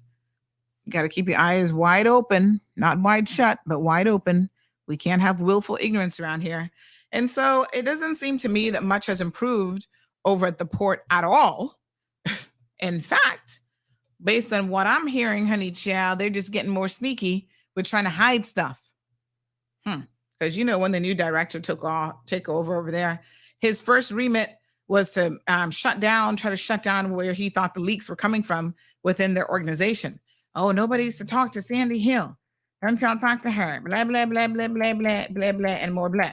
Well, praise the Lord for good snoops like Wendy, because she has found out, and I was so shocked to see this particular headline, that the Port Authority of the Cayman Islands spent $56,000 on their Christmas party. I don't, it can't be that they have any shame over there. It can't be that the Minister of Tourism, poor Kenneth, he's gonna be upset here today again, but it can't be that they really care. There is no accountability over at that port. And I keep telling them, fire the entire board, scratch it, and start over. They're not gonna do it. Kenneth, this board is gonna cost you the next election, amongst other things. Mark my word. Y'all keep playing around and you're going to soon find out. Okay, well, let's get the details. I don't know who in their right mind during, the premier is saying, let's tighten our belt a little bit, okay? And what do? They find $56,000 to waste. You know what they could have done with $56,000? Paid some of those guys who were having their contracts breached and not getting paid overtime and not getting paid full pay when they should have been working, when they should have been paid, right? And because they know it's hard for these guys to lawyer up and to get this situation settled, they could use that money to pay them. But no, they're not going to do that. They're not going to use it for something meaningful, like, paying Caymanians what they're worth. No, honey child. They're going to waste it on a friggin' Christmas party. 56 grand on a Christmas party? Y'all have got to be kidding me. What was the Christmas party? Laced with gold? No, sir. Well, let's read the details. According to the Auditor General, and by the way, all right, let's look at this. Give me 1 second. One quick second here. Okay, so according to the Auditor General, this is actually in her report. I'm just messaging Renee because we get the Auditor General's report all the time. Why we didn't pick up on this, only God knows, but let's find out. Yeah, you gotta read these. You gotta read these Auditor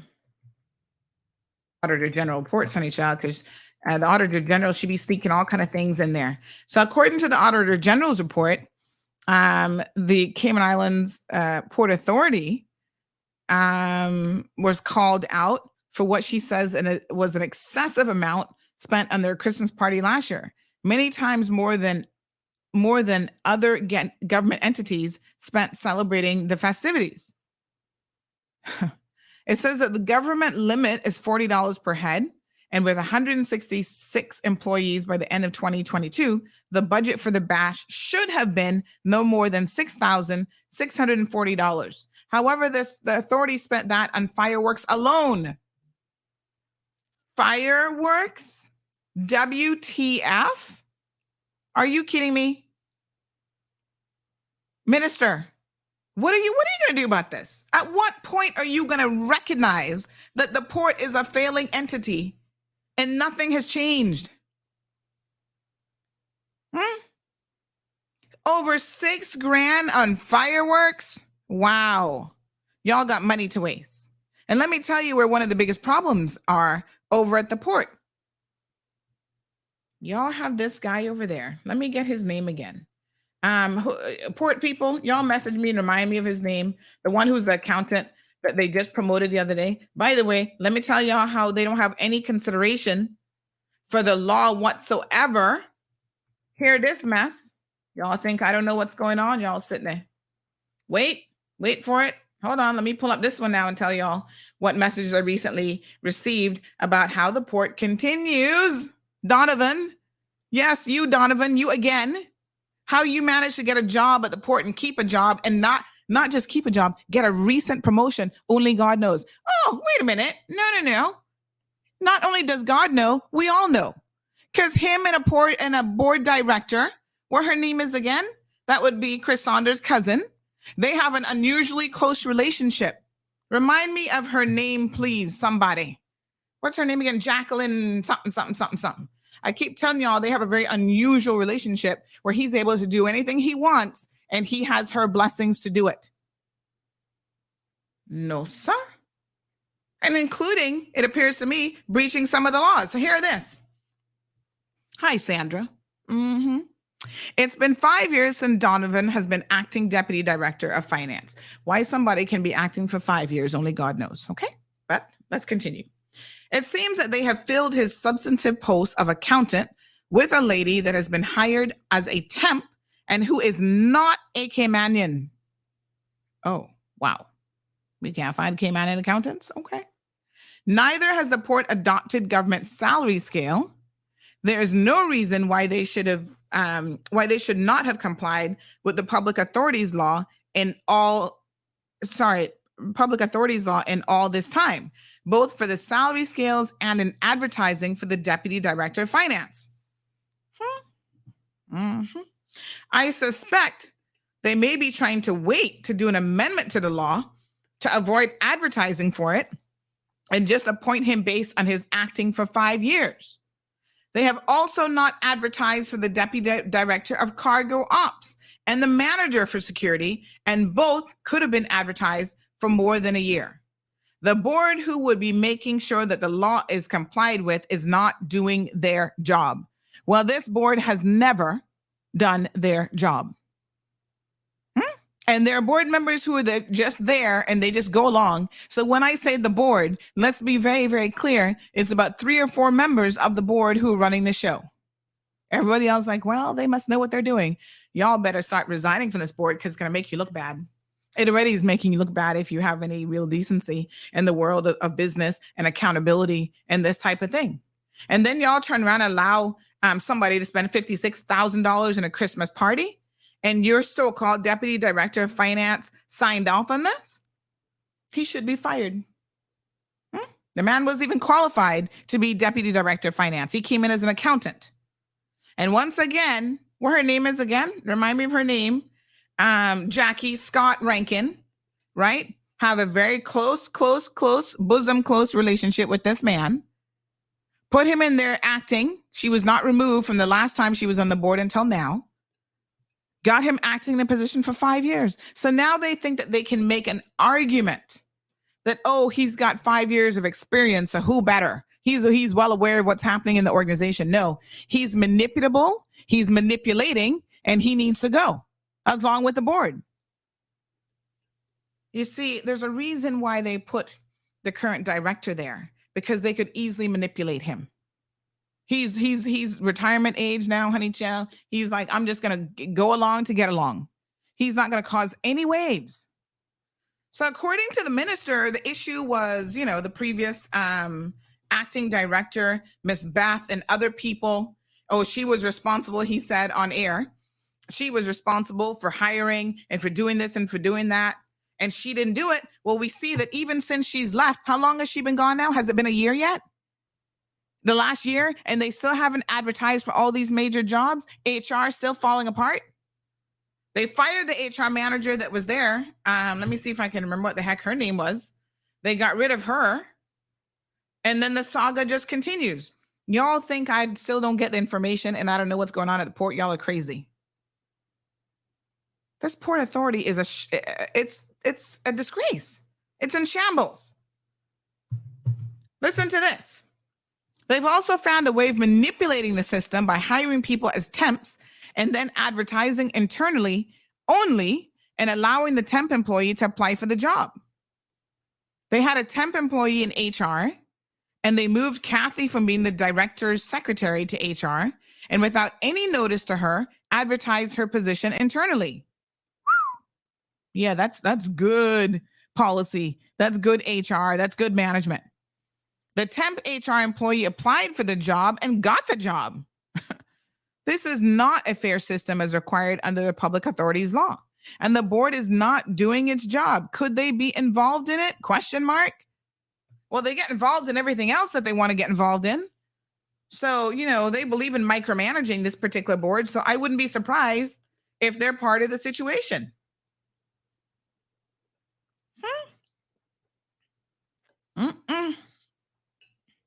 My God.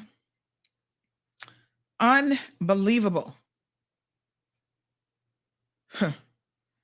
Here's another one coming out of the port. Yeah? This is the fiasco that keeps happening over there. And it really makes you wonder. The Port Authority of the Cayman Islands procured janitorial services for $330,000 without PPC approval.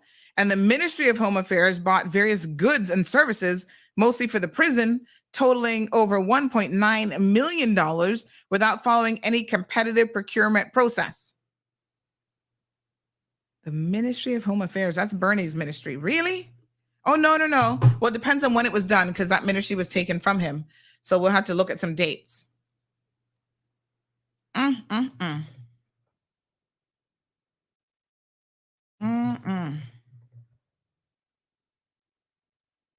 No, sir.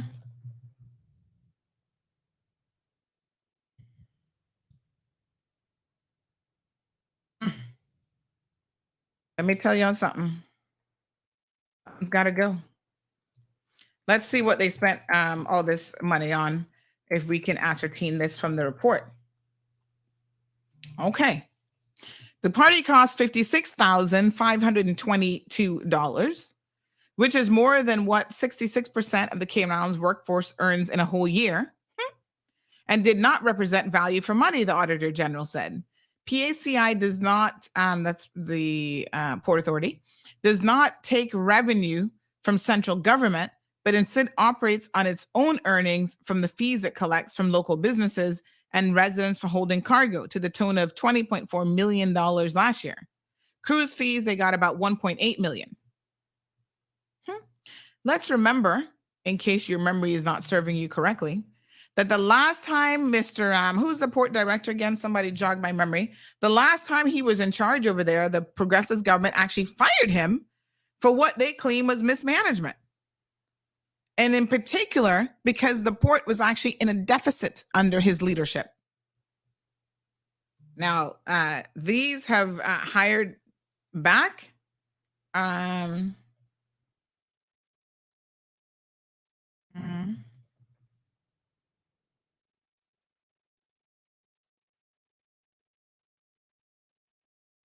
All right. So, 1 second here. Let me just see. Okay. So, yes. So the last time they got rid of him, they've now brought him back. And it says that the Cayman Islands government, my apologies. So now that they brought him back, if this is the kind of practices that they're allowing, overspending in a Christmas party, we can only see exactly how they're probably going to end up in a deficit yet again.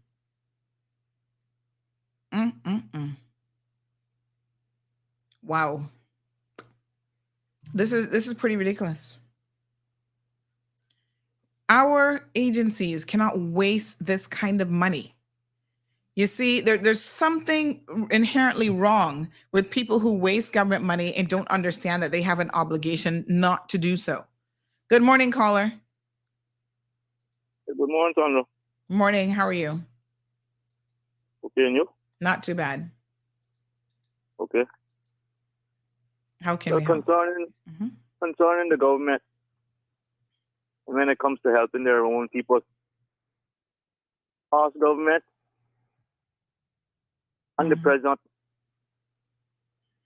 are not doing what they're supposed to be doing. For example, when it comes to the concessions and construction, 60% of the workforce on the job site is supposed to be Caymanians. Now, how are you supposed to have 60% Caymanians on the job site if you're not providing the trade schools that we need in our country in order to have that 60%? And you know what? The government's present and in the future aren't going to do anything about it either. Because they would have did so a long time ago. They're going to be just like the rest of them, not going to do nothing to help the poor people of this country. For another example, like CUC. The same way you see government not helping us with CUC, the same way they're not going to help us to make that 60% in order to get 60% Caymanians on our job site. And another thing too, a lot of these business people in Cayman Islands, a lot of these big businesses in Cayman Islands, just because they donate such and such to the community and so forth, they really need to try to steer the government's business sometimes too, you know. Thank you very much. Okay. 936-2626.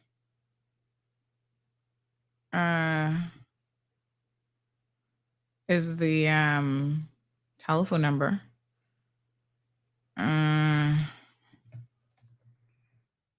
Okay. Okay. All right. Someone makes the following comment. How many people are currently enrolled in trade programs? We have the car one on Dump Road. We have Michael Miles, etc. When them full, then we can talk about building then. Lord Jesus. In other words, what this person is trying to say is they all complain, and you're not taking advantage of the programs that are available to you, and it's a complete waste of money. You can't do your part and do nothing but complain. That is a very fair point. Good morning, caller. I believe you're trying to call the show. Okay, there, no problem. All right, 936-2626 is the telephone number. Looks like y'all need my little jingle to remember the telephone number. Y'all want to hear it? Who wants to hear the jingle? Hold on, we haven't played it in a while. Hold on. Filters allowed. Real information, no filters allowed. Judging number one is showing the island today. Cali feed truth, no filters allowed. Real information, no filters allowed. Judging number one is showing the island today. Colin.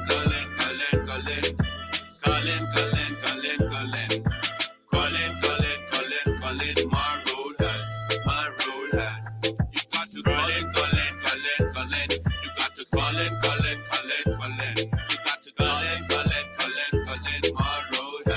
My road hat.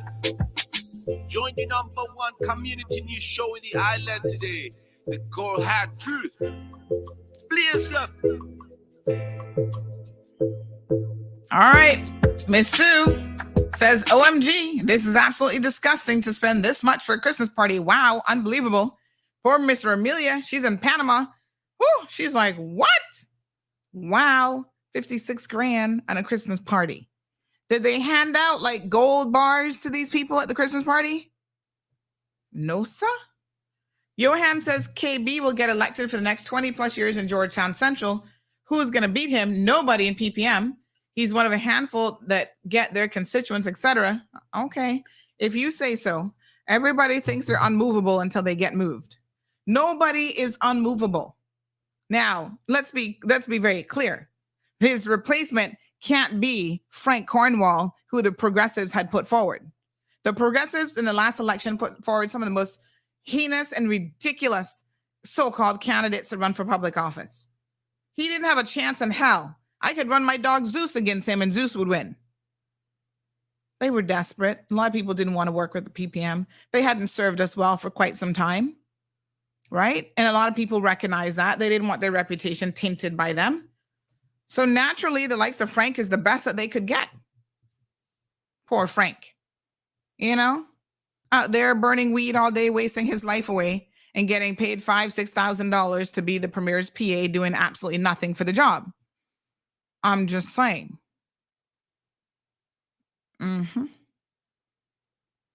No, that's not who you put forward. You don't put forward people who are being dragged into court for child support, can't even pay to support their own children. Currently, the youngest child is who I'm talking about, not the adult children. Those are not good candidates. But I don't want anybody to feel comfortable like they're unbeatable. Nobody can touch them. That's when you got politicians that really need to go. If politicians actually believe that, we are far gone. Yeah. But people can be beat. It's a question of good candidates, good viable options actually running against people. Keep believing it and keep allowing this mess to happen at the port, and you're going to see what the outcome is. Rough Seas says 50,000, that's a good bit of change, but how many people are at the party? Well, it doesn't matter how many people are at the party if the rules say it's supposed to be $40 a head. You find a way to keep it at $40 a head. It's as simple as that. No, sir.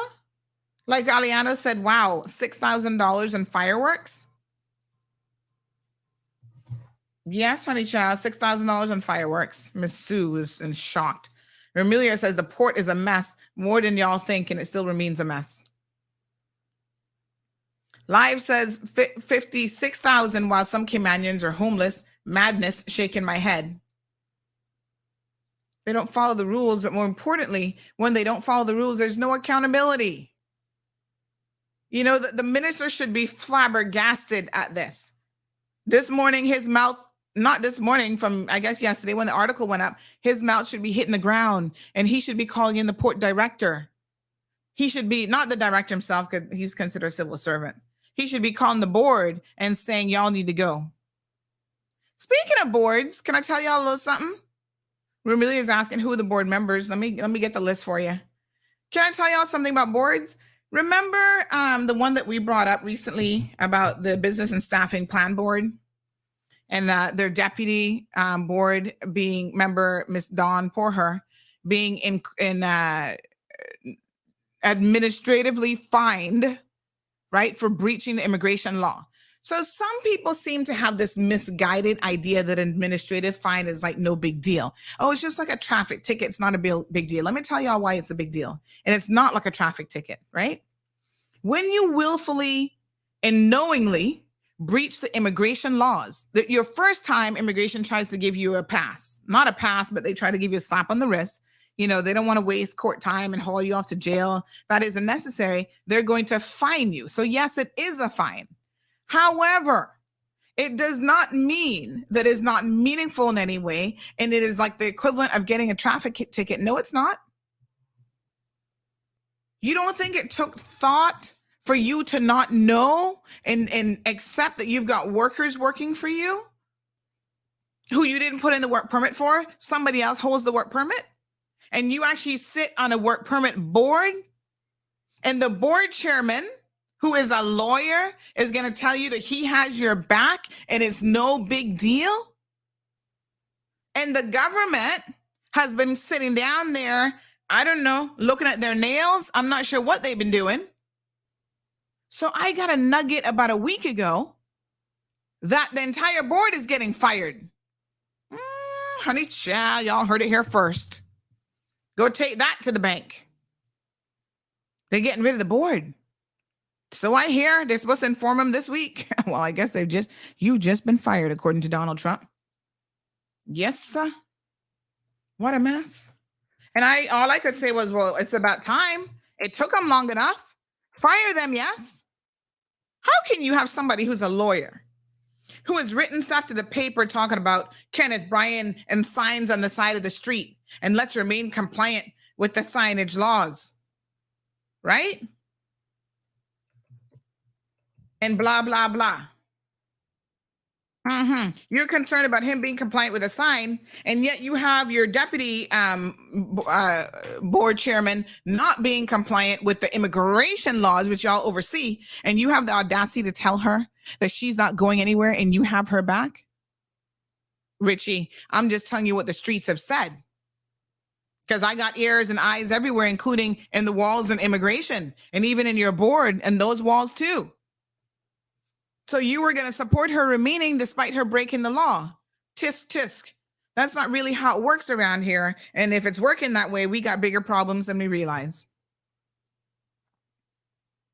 Seriously. That can't work. So I'm hearing they're getting rid of him too. All I can say is good morning. Sip your water. I don't have any apple cider today, but sip it. As well they should. What's good for the goose is good for the gander. If the law is going to apply, it should apply equally to everyone. Johan says we're close, but that don't mean nothing. What? What on earth are you going on about? Mr. Amelia says what? Some department staff can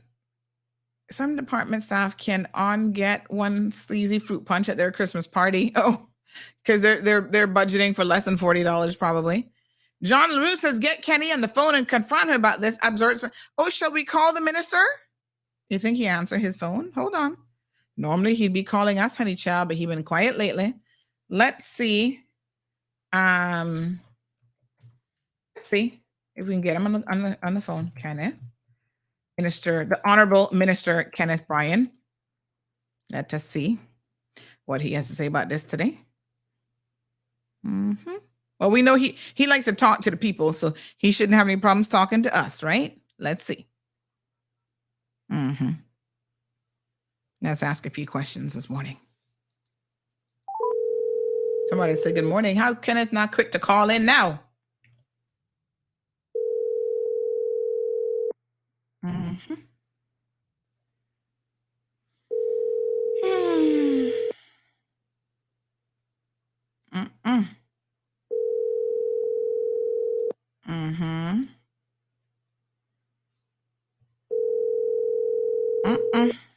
This number does not subscribe to a voice mailbox service. Okay. Please try your call.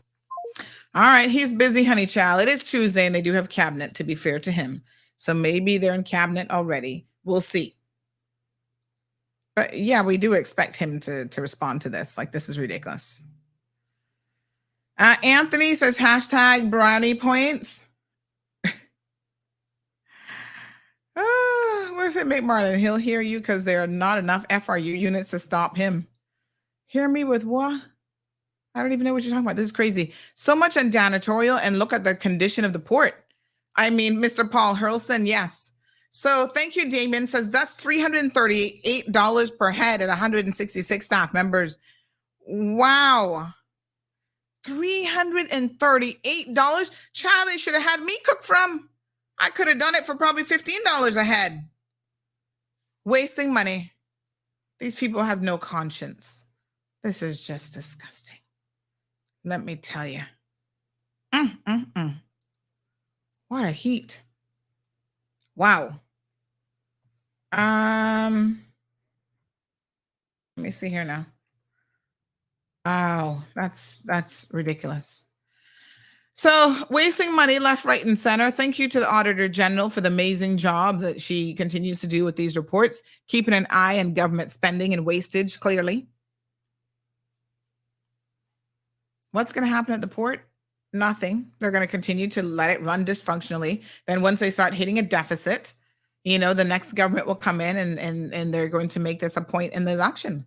And I mean, I can't say that I blame them. So by the way, we've just received this from a avid listener to the program. They said that, good morning. Superior Auto's training center is full, and it's all Caymanian apprentices. And they've even sent some pictures. And this is free training for Caymanians. Thank you so much. It's so nice to see that there are Caymanians taking advantage of that program. Very good. Mechanics.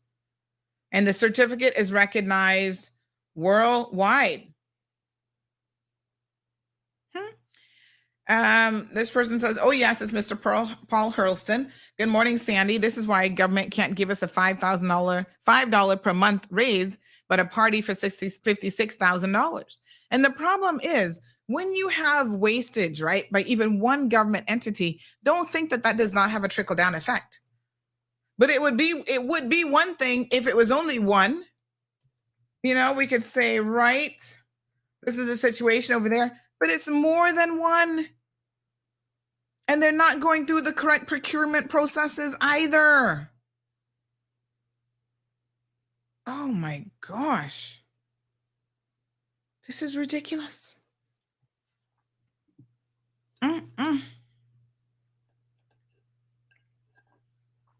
Wowzer. What? $300,000 on hold on, we had this one in our article. $300,000 on some janitorial contract. They must be cleaning baby Jesus. Hold on. Let me see now. So Renee had this one in here. Let me just have a quick look. Millions awarded in contracts without following the procurement process. Yeah. The Auditor General says it was disappointing to note many instances of non-compliance with the Procurement Act and regulations by public bodies. Folks, when you have non-compliance, and I mean, it's so weird because little businesses like myself get put through the ringer. If you're trying to get one little dime from government, right? You're trying to get a little government contract, they put you through the ringer. And yet, then we see wastage like this. The Ministry of Education and the Port Authority both awarded janitorial contracts for $330,000 each without obtaining the required Public Procurement Committee approval. What the heck? Ooh, NRA awarded 2 contracts for $264,000 and $480,000 without the required PPC approval. Purchased equipment for $672,000 in excess of the $600,000 required to be approved by the PPC.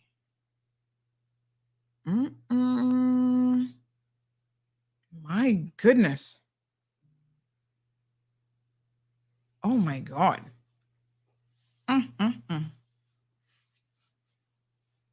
MFSC, which ministry is that? Paid $2.6 million to a vendor for various computer services. The contract with this vendor was signed more than 12 years ago. So let's be clear, that's not under this government. And there's no evidence of subsequent tendering or PPC approval for this contract. Wow. That was under the progressive government, and I'm not surprised by that. Ministry of Financial Services.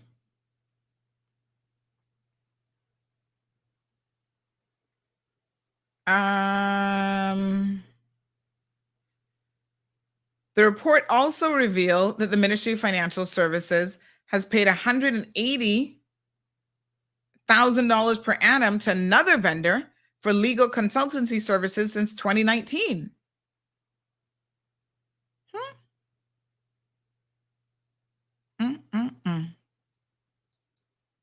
Since the inception of this contract, about $491,000 has been paid to this vendor without approval from the PPC. Wow.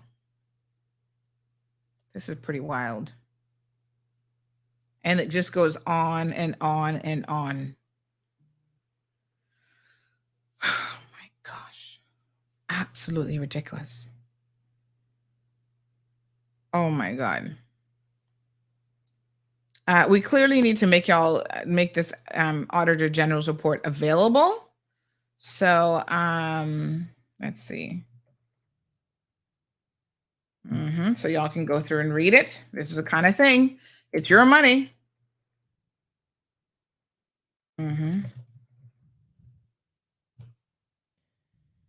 No, sir.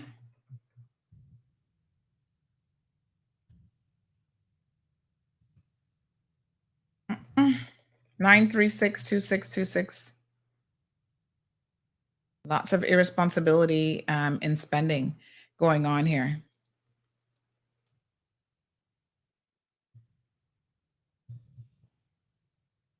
Mm-mm.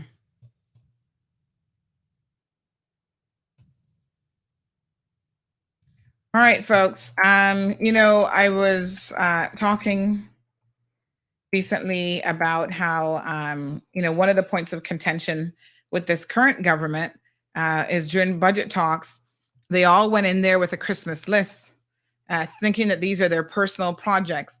And, one thing that I have seen that is quite interesting is the fact that,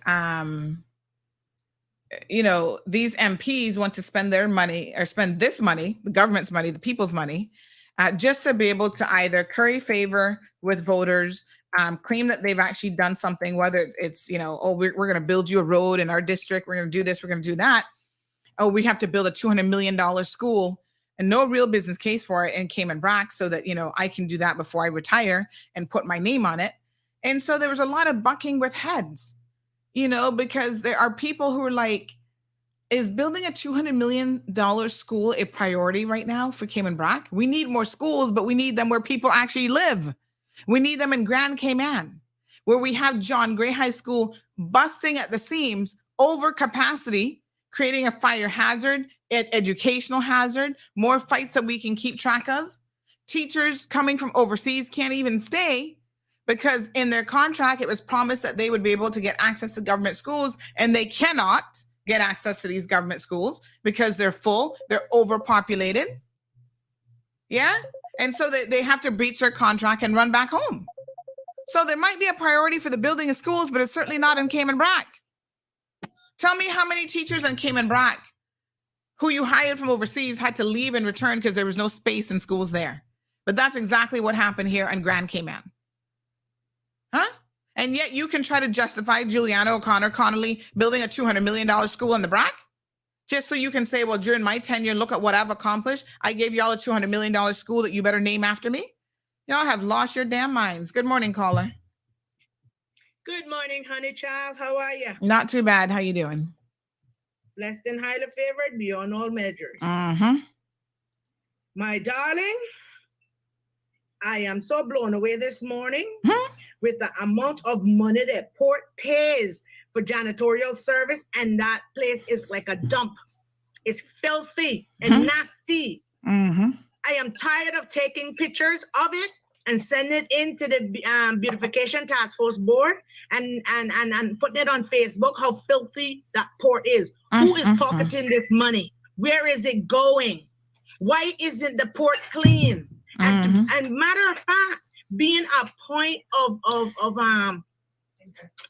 entry to the Cayman Islands, it should be spick and sparkling. First impressions is sparkling. Yep, first impressions.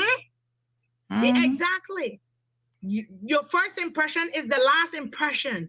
Where is this money going? Why are they paying these wannabe high-class janitorial cleaners and not getting the benefit of the money? That is not right. But they're not getting the value of the money, so therefore, instead of them hiring some Caymanians to go out there and clean the place, they were really clean. Well, here, like I said, here's my biggest thing. If the port got so much money to waste on a Christmas party, they actually owe guys money right now. They should be paying their workers. Wow. All I can say is wow. And regarding the school system, Sandra, is one thing I would like to put in and implement. In Spanish countries, when it's concerning our schools, the school system in these Spanish countries, if the children does not pass a level, they make them repeat. They have interest in their children. They want to see that their children come up with qualifications. You understand? Man, they pelt them through the system, whether they pass the subjects or not. They just pass them through the subject and through the system, and that's why they come out uneducated. What do you expect from? What else do we expect? We kept for years. I have been begging to let our children repeat when they don't pass a subject. Let them repeat. That would make them realize that it's for their own good. That would make them realize. Well, it's because of these Caymanian parents getting upset when you try to hold their children back. Well, some of them, and they needs to come to terms that it's not about them, it's about the well-being of their children.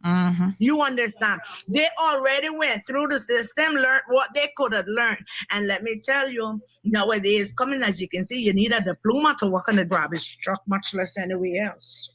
So they need to shape up. They need to stand up for their children. They need to ask the government to enforce having their children repeat if they did not pass a subject. And that would bring the kids to term. Boy, for me to move on, I have to study. I have to pass these subjects. We need parents to stand up and look out for the well-being of our future generation. If not, dog eat our supper. Well, he eating it now, honey child. Now as we speak. Yep. As we speak. You to stand up, it's not too late to change and turn things around. Yeah. Thank you. Thank you, my dear. Desert Rose says, when was the Christmas party?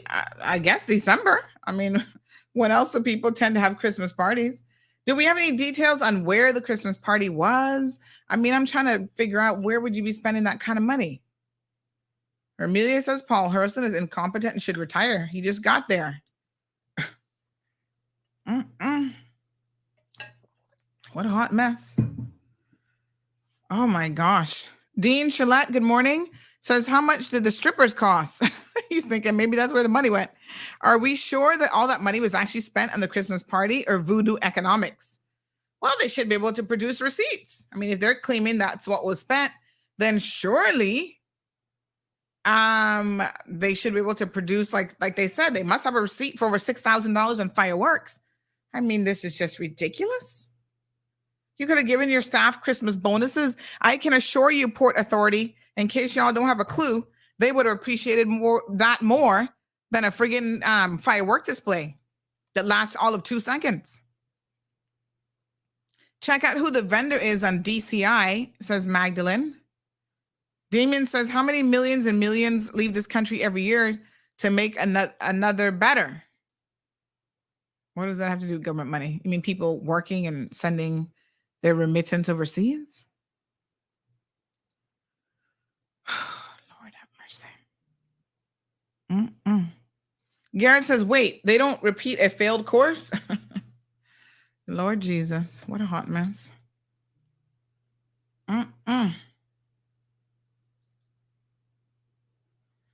Aliana says the foolishness of children graduating at 16 years old is where the BS starts.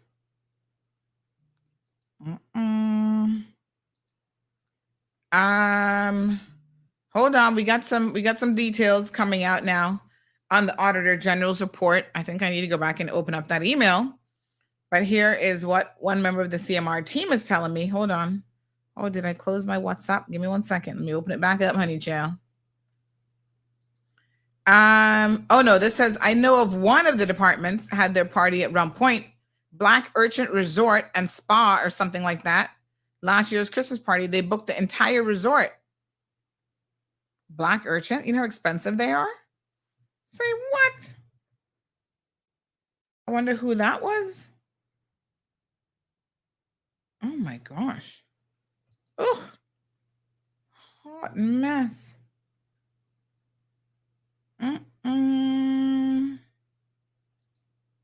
Wow. No, sir. Let me see here now. This is a hot mess.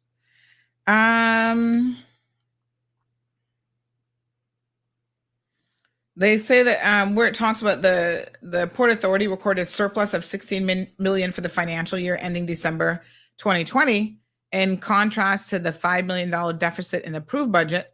This person says this is misleading. They had nearly 24 million in revenue and just over 25.2 million in expenses. That's a loss of 1.2 million. There had no surplus.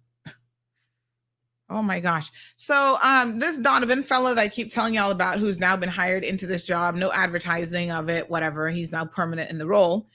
He was hired by Paul. So that's one of the dirty things that Miss Jackie Scott Rankin would have had Paul do already. But my apologies. This is before he was terminated the first time. But they go on to say that it's the first time in ages that the port has lost money.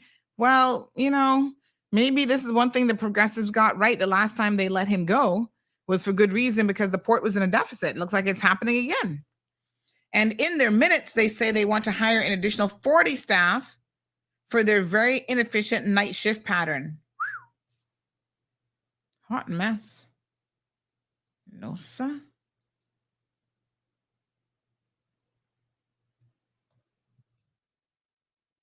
Ay, ay, ay. Slackness all over the place. Good morning, caller. Welcome to the program. Good morning, Sandy. Belatedly, can I welcome you back home? Thank you so much. Yeah, and second thing is, I just wanted to find out whether the pictures that I saw of you in Greece, whether you have tried, whether you have tried to sell them to Vogue magazine. Oh, you know, my they might goodness. just buy them, I think. Now, just a short comment. You've been talking about the like this sort of expenditure and the failure to get tender procedures, and that's what I want to address very briefly. You see, one thing that some of us realize, is some people don't realize, it is actually a criminal offense to do that. You can't violate the law regarding tender procedures without consequence. It's a criminal offense. And if you go to the penal code, I won't read it. I'll just read the essence of the sections. Section 118 of the penal code says that if you are a person employed in the public service, and if you commit any fraud or a breach of trust, that is an offense. It is a breach of trust for you to be entrusted with power to buy something with approval, and then you breach that trust by buying it without approval, because it is assumed that you are doing something fraudulent.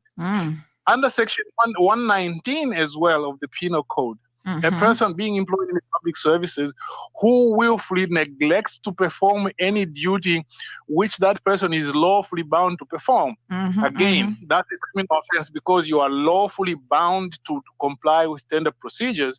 And then finally, disobedience of lawful duty. Any person who willfully disobeys any law by doing any act which such law forbids, or by by omitting to do any act which such law requires to be done, that also is a criminal offense. And all those offenses carry prison sentences of somewhere around 2 years, 3 years imprisonment.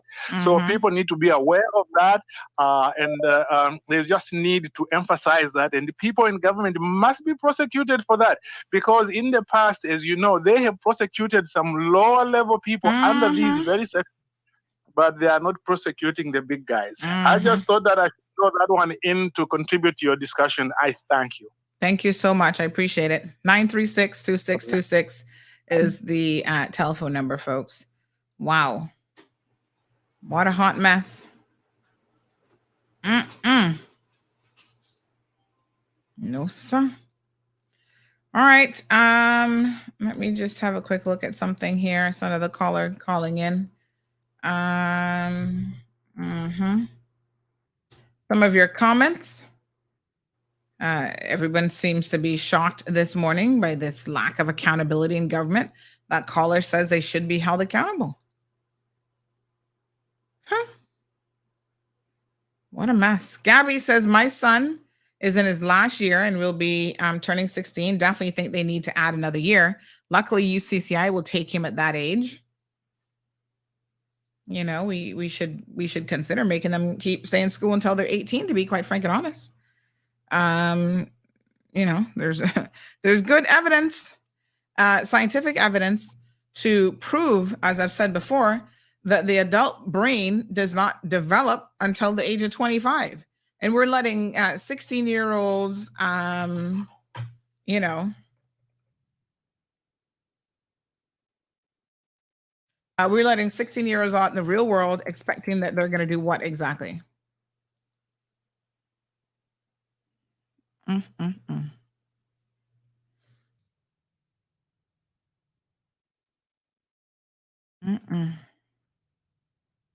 What a mess.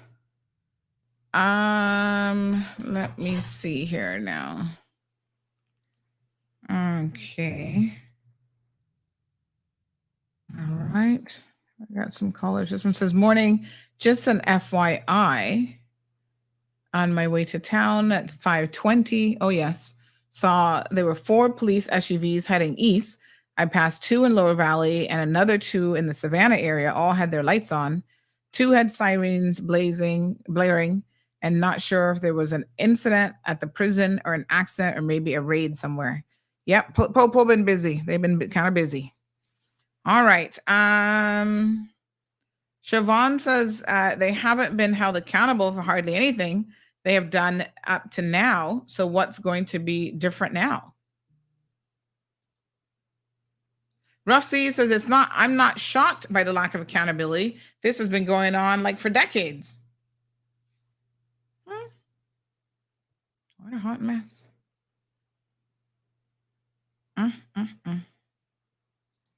Absolutely ridiculous. This person says renting of a venue is around $15,000. Fireworks is $10,000. Food another $10,000. So it quickly adds up. Black Urchin comps people. So if you rent the venue for $15,000, that doesn't include anything on the food. That's just the venue.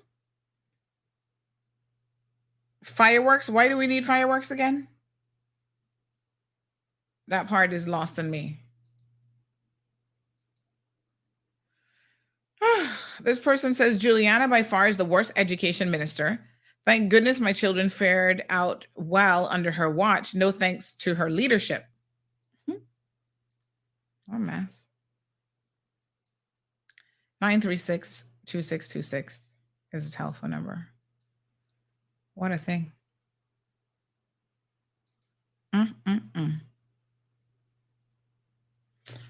Okay. Let me see here. Good morning to Melissa. Past ridiculous, says Siobhan. So let me move on. A couple more topics that I wanted to actually touch on this morning. One includes, give me 1 second here. I'm going to try to do these in priority order. So one included Pirates Week. Let's talk about Pirates Week, okay? I don't know what's going on with Pirates Week. Is it still Pirates Month? Have we still done this elongated thing? I'm so disinterested in the event that I couldn't even tell you when it starts, when it ends, or anything that's going on with it. But on Friday, one of our astute listeners, I think that was Haley, mentioned that they have actually canceled the district days. They're no longer going to have district days. I do not understand this. I don't know what's going on. That to me is what actually made Pirates Week. What is Pirates Week without district days? What are you going to do? So it's just the landing and the final party? That's no Pirates Week. The district days is what made Pirates Week interesting. That's about our culture. Y'all canceling our culture left, right, and center. This decision makes no sense to me. And it didn't come with any sort of meaningful explanation. And that is the part that I find to be the most bothersome about the whole situation. Maybe there's something logical happening here and we just don't know anything about it because they haven't bothered to tell us. Good morning, caller. Good morning. Morning. I have a case that I want to put in the radio station. I am from Nicaragua. I'm reached Cayman Island to work as a farmer. June 26. September, the 24th of September, my work permit expire. My 3 months work permit expire. I gonna work with Miss Colleen Cumming, Miss Colleen Sharon Cumming, as a farmer. During I was there, she wasn't there when I reached. She was in Panama.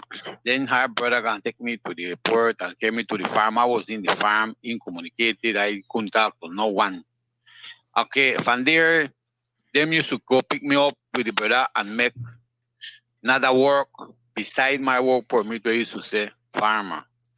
I've been working there, go in 6 and 9.5 hours to come out. Sometimes I'll 4 or 7 o'clock night because I was tending to chickens, laying fowls, and small chickens. And I work in our warehouse, then came me to work in our warehouse 9 days. From 7 in the morning, 7:30 in the morning, then carry me to almost 3:30. Come back to the farm and just leave me there. And I don't have, you know what I mean? I didn't get to know no one there. That was my first trip gone in Cayman Island. Okay. And then beside that, them they have a contract with Ruby's. And then when Ruby's promotion, I used to stay in all the gas station them with the guy doing the work with Ruby's promotion. I mean, doing work outside of my work permit as a farmer. When I tell a lady, if you're gonna give me something else, I'm working in warehouse, working, him, the brother just come pick me up. I say, go with my brother, go with him. He just come pick me up and carry me. Like when you have a slave, you carry him and you bring him and dash him back. That's his job. You know, that going on the same $6 an hour where you winning in the farm like it's normal day. But then when I reached there, I didn't get a free day. And I come and she didn't pay me up to yet. She owed me my monthly salary, month and a half almost salary. And then he didn't pay me no overtime, nor nothing. I had us to look to borrow my pass to come back home because I told her I don't want to put in no more permit because I cannot work here like that. So 2 weeks you're gonna pay me, and if you reach a month, not pay me because you don't have no money. And then she worked to the government. You know, when I told her, I said this going to affect me because if my work permit is a farmer, I'm not supposed to do another work. But it's not in the law. She said, no worry, I work with the government. That's not a problem. And then she worked with the government. Where does she work with the government? Who did you say the person is? Well, Colleen Cumming. Colleen Sharon Cumming, she named. Colleen Cummings, okay. She work in the government department. She said, that's not the problem. I work with the government. Which area of government? Do you have any idea? Front immigration. So she works. She works immigration and is telling you can work outside. No. I don't understand. No, she work in front immigration. Where you say government. Oh well, a lot building. of people. No, that's a big building, and there's a lot of departments in there. So you don't know what area of government she works in. I don't know directly which area she worked, but I know she worked there. Oh, I see. Because I didn't go in the area where she worked. Just pass. Yeah, but I know the place is front immigration where she worked. No, and then I believe. So she told you because she works for government, you don't have to worry about working outside the terms of your work permit. No, she told me, no, you don't got to work out, no problem. I said, well, okay, because I don't want to go, no problem then. You understand me? Because I thinking in the future then. You understand me? So then I've been working. She explored me. Plus, I had water where I give the chicken in the farm. And then only when the brother come and carry me, go work for him, go do this, go do the other. Him only carry me, go work and come and drop me off back again to the farm and that is that. And I what kind of work were you doing for the brother? For the brother, I gonna work with him with Ruby's promotion. Oh. When him show setting up flags this and Ruby's promotion, he just contact me. So not only were you working outside the terms of your work permit, but you were also working for somebody else, not just her. Yes. No, him brother. She told me go with your brother. Your brother take me and carry me go work in a warehouse 9 days. And then he carry me for Ruby's Friday when they having the promotion lately here. I have those pictures and those things. He carry me go work with Ruby's promotion. And then after that, he carry me go work by house, go store stuff in a truck and things like that. So when I tell the lady, I say, Mom, you're going to give me something else because I'm working hard. She said, no, that going at the $6 an hour will I give you working in the farm. I said, but then this not right. And then this could affect me. Then suppose them catch me and say they go affect me. Say that's not got a problem. I work for the government, and you go do. You just go with him, and that is that. That time the brother used to get the money from Rubies used to pay the brother. And them never used to give me no money. Just take me from the farm and carry me. When I come back, if I come soon, I got to continue doing my work in the farm. You know. How did you? I'm And just then curious. How did you meet this woman for her to take out a work permit? How did you guys get in contact with each other? Well, there is a lady in Bluefields where she contact the lady and begging the lady say, I need a farmer. I need such a one. And the lady contact me, and well, that's how we reach in Cayman. Okay. No? Yeah.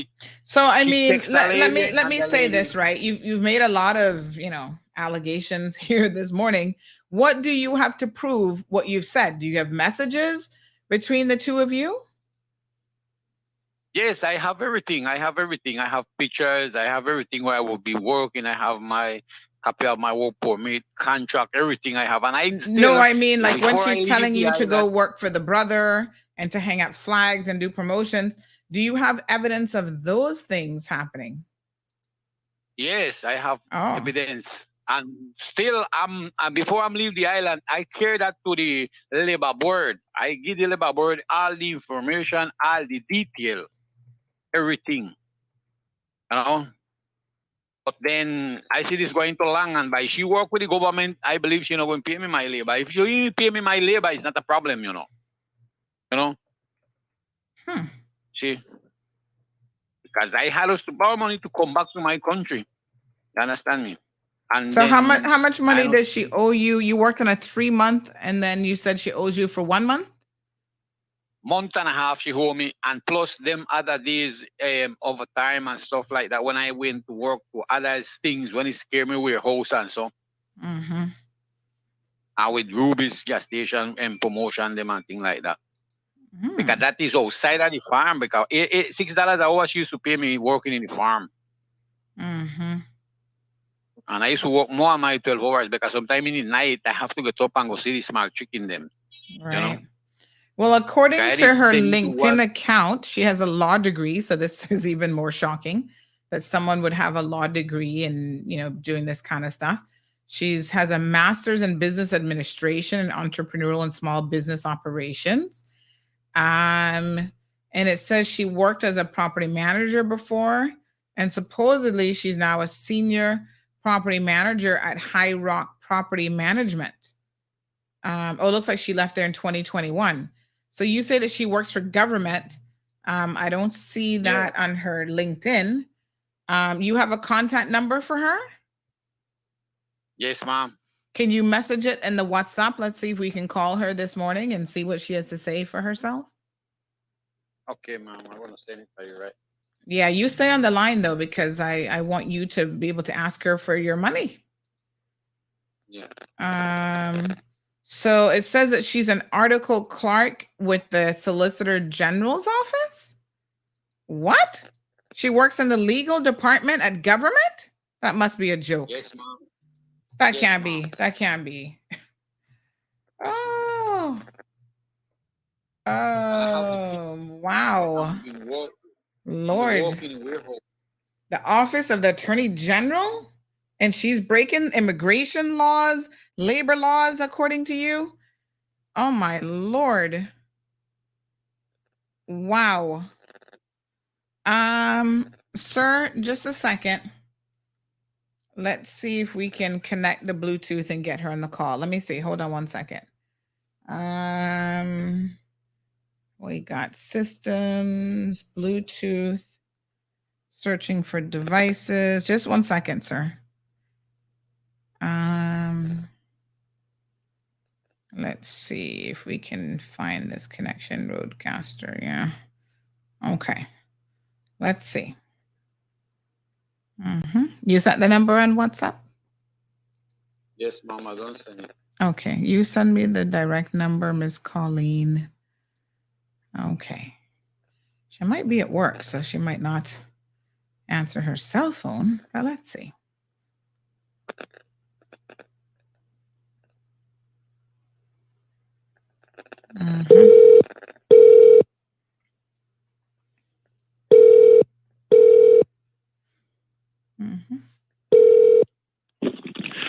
portfolio of legal affairs. Good morning. How may I help? Hi, good morning. Can we speak to Miss Colleen Cummings?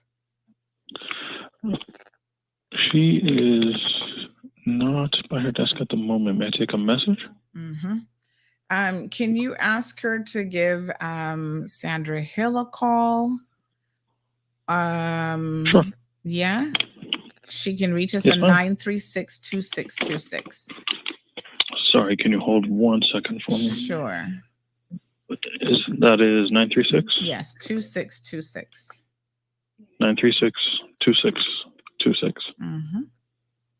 All right, ma'am. Thank you so much. All right, have a good day. Okay, you too. Bye-bye.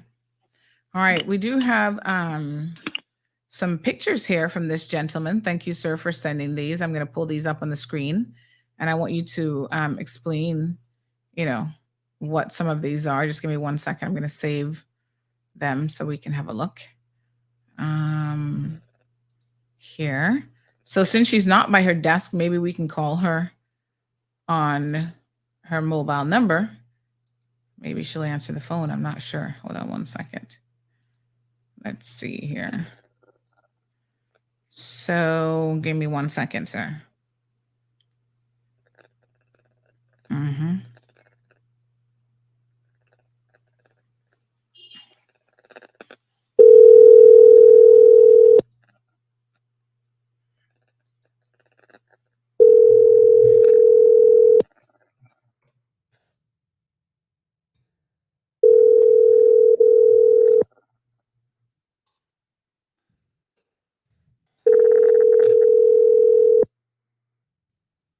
You have reached the voicemail box of 345. All right. So she's not answering that.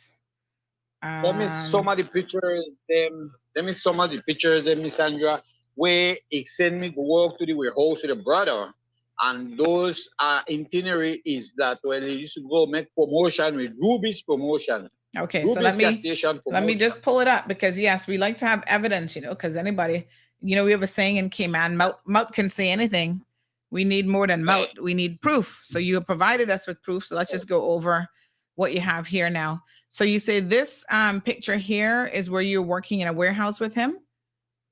In a warehouse with a brother. Yes. And then that other thing is when we having promotion for Ruby's, him guys come pick me up and carry me to make promotion for Ruby's. So see there, this other one right there just now is when we having promotion for Ruby's. And I mean, So the only guy- way that you'd be able to get this email, this detailed email of some draw schedule, blah, blah, blah.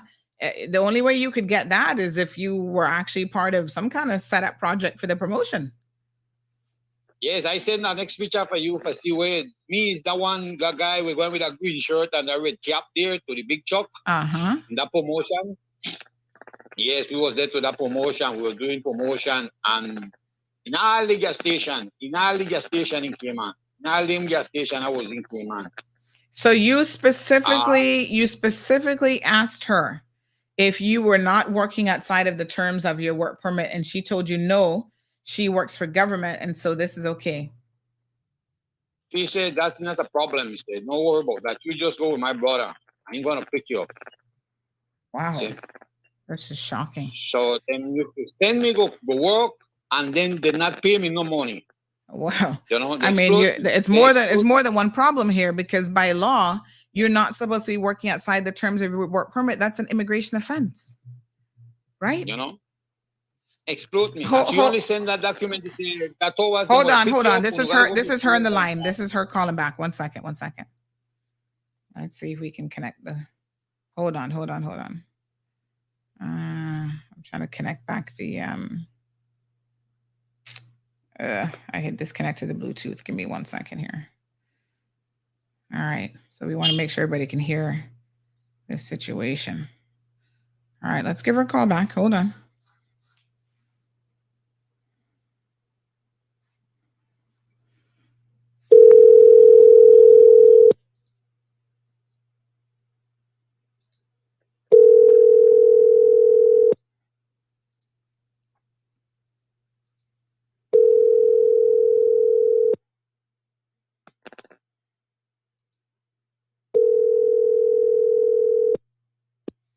have reached the voice. And the guy in the green shirt, that's her brother? The guy in the green shirt is me. Oh, Me that's with the red you. cap. Oh, That's me so going to the we big definitely shop. see you wearing the Ruba shirt and oh wow. Yeah, that's me going to the big truck. Go bring with the red cap. Go bring stuff there, and then with the me is the one. Me is the one with the red shirt. Also, they give me my uniform, my shirt and stuff. Mm-hmm.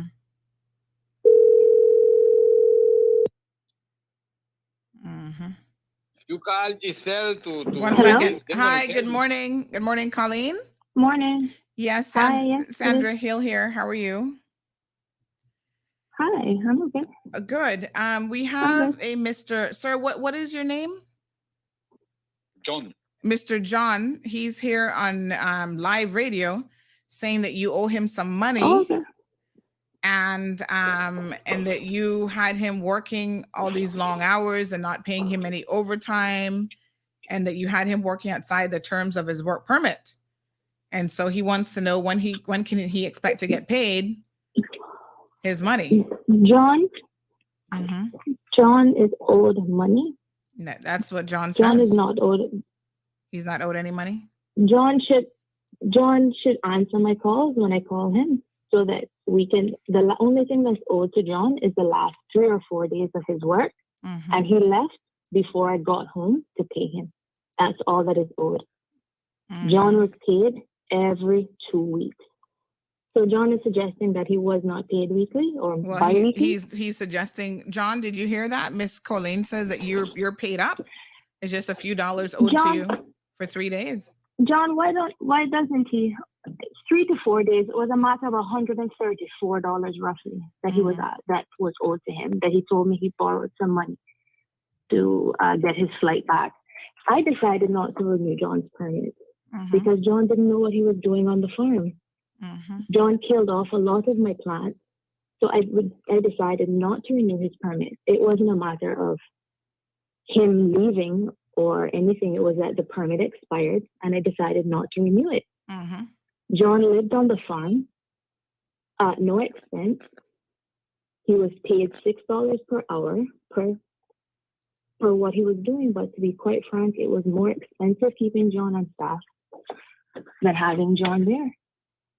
Okay. So John? John, I'm sorry, John is calling from. John is on island or what? No, he's on the phone. John, did you hear that? Okay. Well, John, I you know my number. You can call me. I'm at work at this time, so I'm not able to deal with this now. But $134, really? That's really disappointing, John. Really disappointing. No. But Sandra, I gotta work for the warehouse with your brother, John, and I need you John, to pay my labor. No. John, You know I'm John, paying my wow, my wow, everything. surprising. 1 week before You I work ever till had the to 30th wait at more the than a day or two to get your money? Wow, surprising. You know what is upsetting you? The fact that I just. What is upsetting you? What is upsetting you is that I did not renew your permit. And it was because I had to keep having discourse with you about killing everything on the farm. That is what this is all about. That's what this is all about. You have my number, John. This is not the forum. $134? Oh. Do you remember me calling you in the morning? Listen, this is not the forum for it. The day that you left, I called you multiple times that morning. I was on my way to the farm to pay you. Do you remember that? You left like 4 hours before your flight was supposed to leave. I was coming down in traffic with the money for you. I called the person that you were in the car with. I don't want to call his name on the radio. But do you remember me calling him to try to get a hold of you, and you were already at the airport for $134? Your money's in an envelope on the farm if you want it. Listen, don't tell no lie on me. Sandra,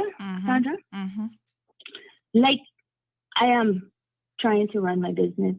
This does not help me. I'm a small business, we're already struggling. This BS that this man is going on with, to be quite frank, is very unnecessary. John got minimum wage, which is the minimum wage, but John lives there. I provided food for John. I gave John water. I gave John food. I gave John a burner. Everything that John had, I had to provide for him. Everything I had to provide for him. Food, yes. I left my house open. John could eat anything out of there.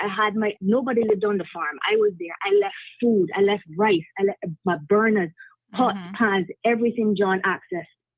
Everything. You're bitter. I mean, the question. You're bitter, John. Okay. I mean, one of the major questions I But have Sandra, outside of yes. Sandra, I still at work, right? As a woman, I'm trying to make a living. This doesn't help me. If we can always talk, but this is not the forum. Being on public radio, I'm not going to do it. I can appreciate what you're doing, but I am telling you quite honestly that John is not being completely honest. Well, one of the things he seems to have proof of that really makes me question everything is he seems to have proof of the fact that he was working outside the terms of his work permit, which is an actual immigration and criminal offense. It is an issue, undeniably so. But I do not owe John any money. That is completely incorrect, and there was no mistreatment of sort. So that is completely incorrect. I'm so sorry. And I am at work. I'm a Caymanian working in my job. This is not the time for this. And this is very embarrassing. Considering that this person, I tried to help and I thought they were trying to help me. There was no abuse of this person. They actually came out on top. I came out on the bottom.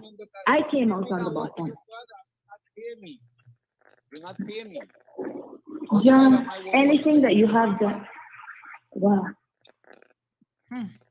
You're upset with me, and I understand, but it is not for the reasons that you're speaking. And I'm very embarrassed. Again, I have to go return to my work. Yes, ma'am. I would appreciate, Sandra. Please. Okay, we'll let you get back to work. Well, you see, the thing is, this is going to continue with him berating me, and I'm not able to defend. I mean, that's why we called you. So, you know what I'm saying? Because I wanted to give you an opportunity. Yeah, and this is it. But absolutely. But I'm going to ask you to please stick up in, because this is not helping anything, and this is not truthful. Not entirely truthful. Oh, I have proof. I have evidence. So you know what I'm saying. You hear what I said?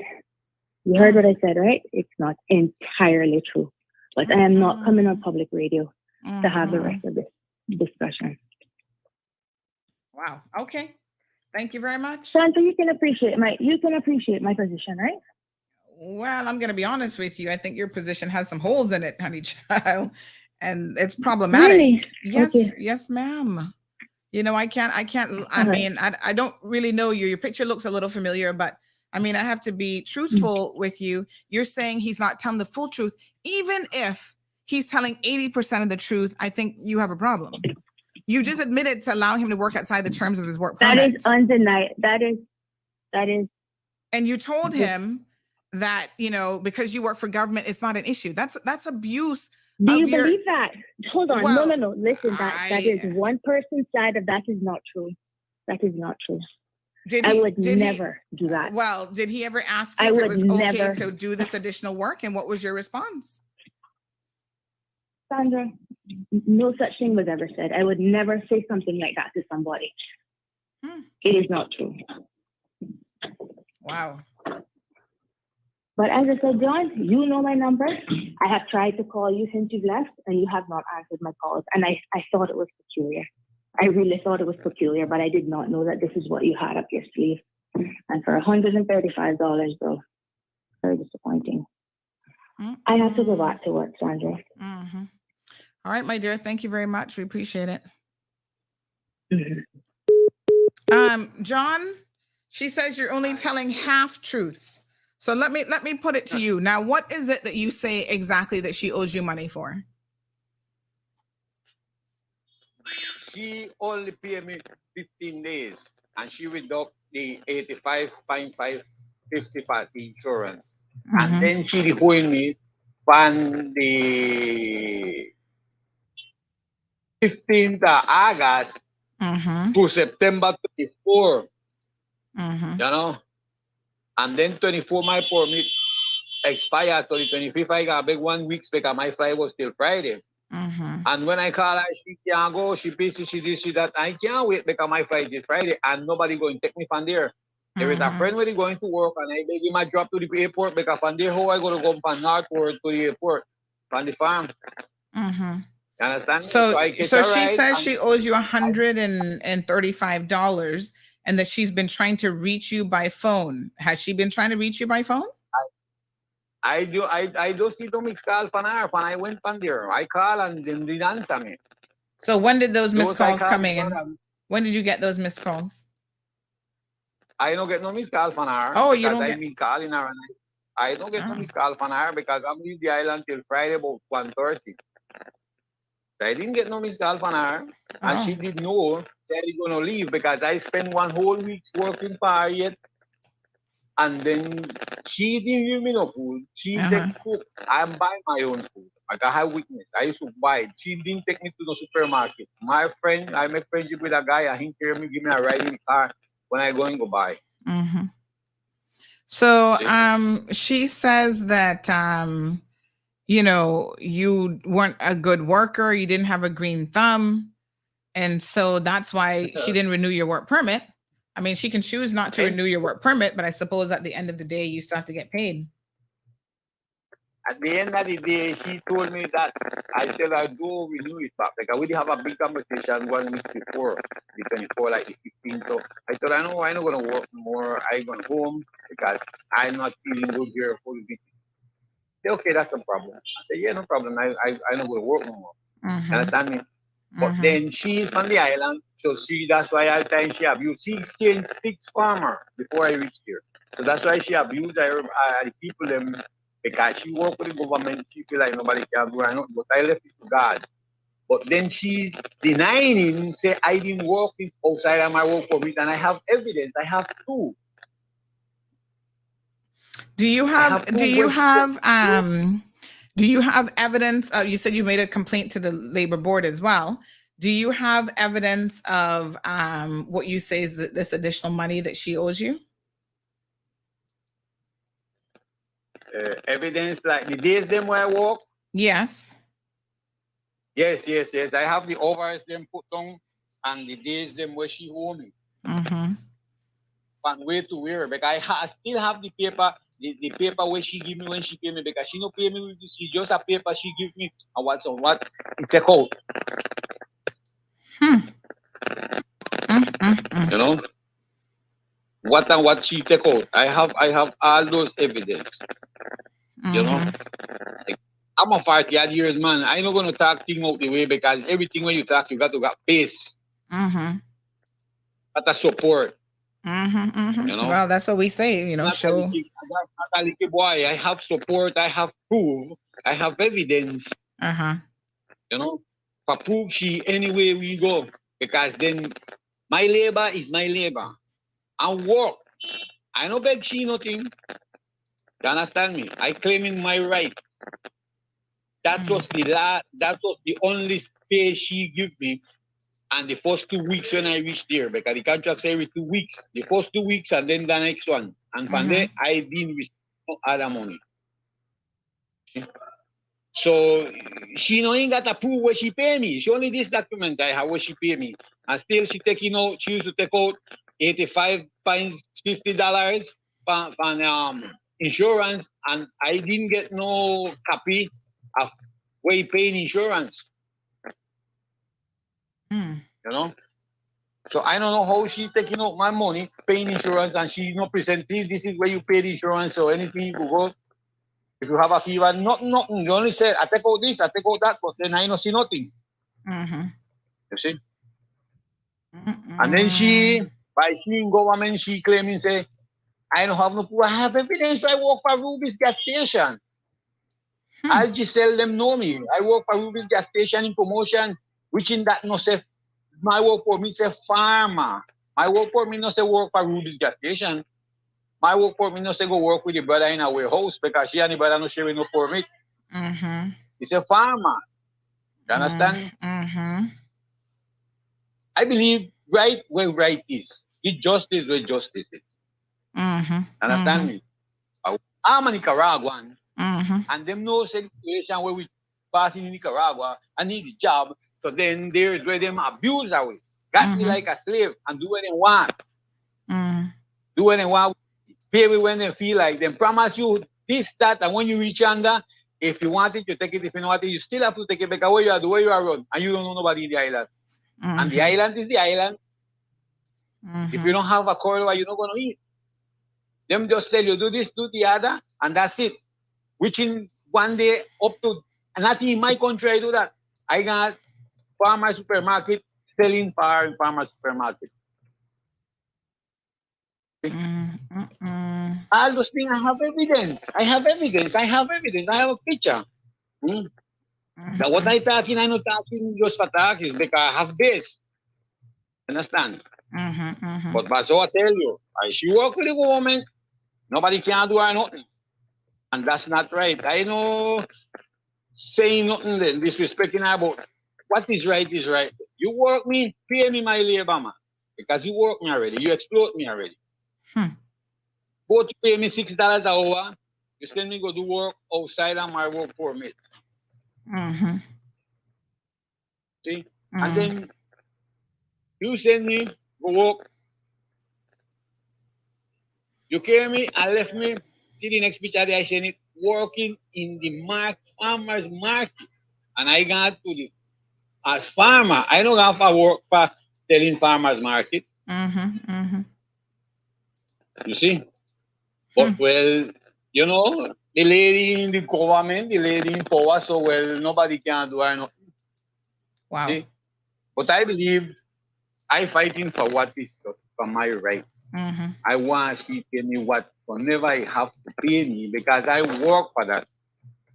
9 days in our warehouse with the brother, moving things from our warehouse to our next place from 7:30 in the morning till 2-3 o'clock evening, lifting up all kind of weight and things like that, working with a clip and everything, and then they're not going to recognize me nothing out of my labor. I think that is abusement.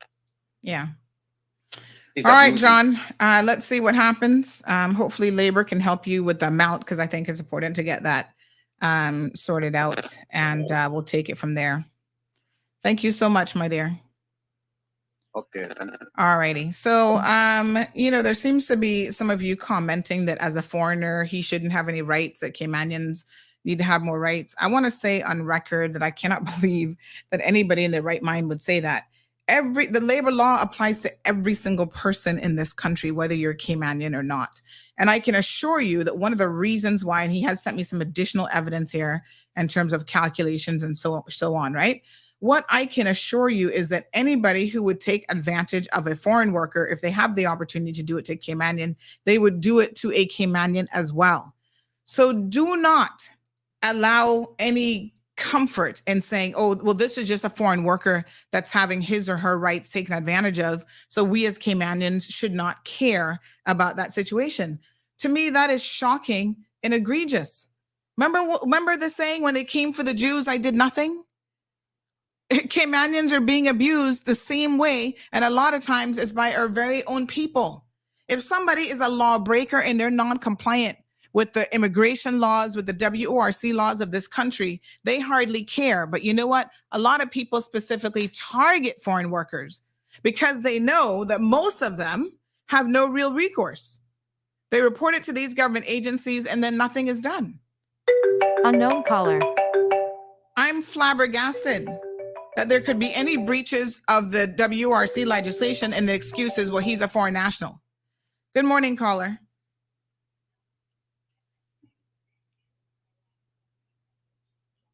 Shows you what his wages were, 540, which he was paid, and 3 or 4 days were left that he needed to be paid for. But I can't seem to find you on WhatsApp. Yeah, Can you send me a WhatsApp message? Yeah, this same number is on WhatsApp. I'm trying to send it. It's not showing up. Let me see.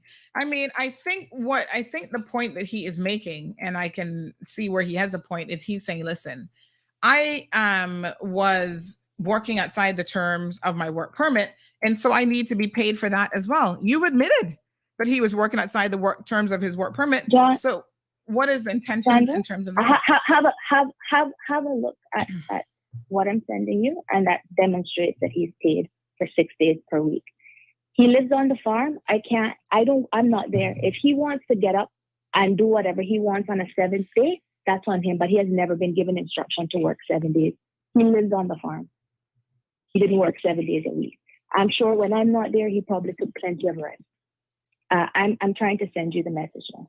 I'm gonna sign off. All righty. I don't understand that. I mean, you hold his work permit.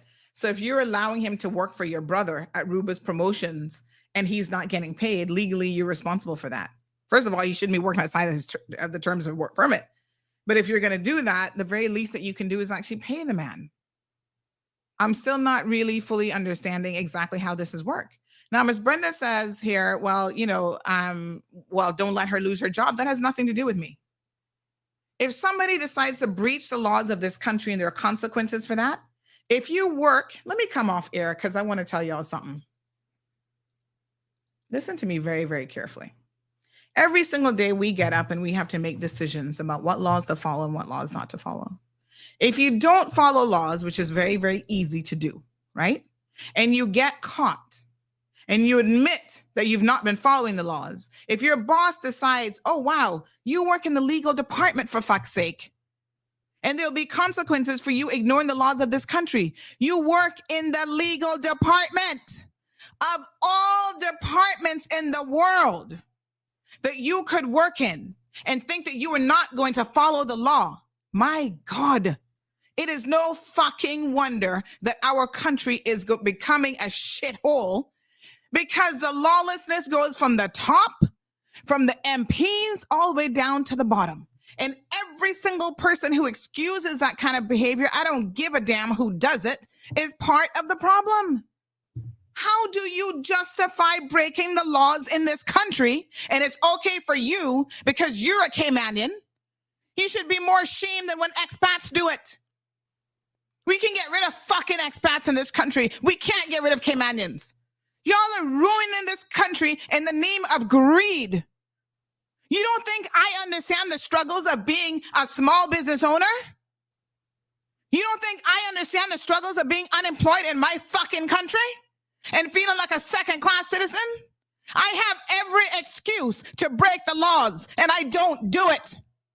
So I don't want no cockamamie story from nobody in this country, especially not a Caymanian. We should be holding ourselves to a better standard than that. This is our country. Wake up! If we are ruining it, what do you think can happen? We're the ones who have to stay here. The foreigners have somewhere to go. We ruin it with deceptive practices, with lies, with politicians that crooking us left, right, and center. Come on. There's no excuse for this. Being a Caymanian does not give you the right to break the law. You should be held to a higher standard. You not got nowhere else to go, but y'all run into England and they soon gonna kick your ass out of there too. It's no wonder they're coming down on us with a jackhammer, saying that we're non-compliant and we should be on a gray list. We're becoming just like everywhere else. Oh, let's pay somebody under the table. It doesn't matter if we follow the laws. Let's tell people, I'm somebody, I'm this and that. I work for government, so you can't complain. I don't fault the man one bit. Even if 80% of what he said is true, if he has some of the calculations wrong, I ain't not fucking business with that. He has clear evidence that he was being permitted to work outside the terms of his work permit. Caller.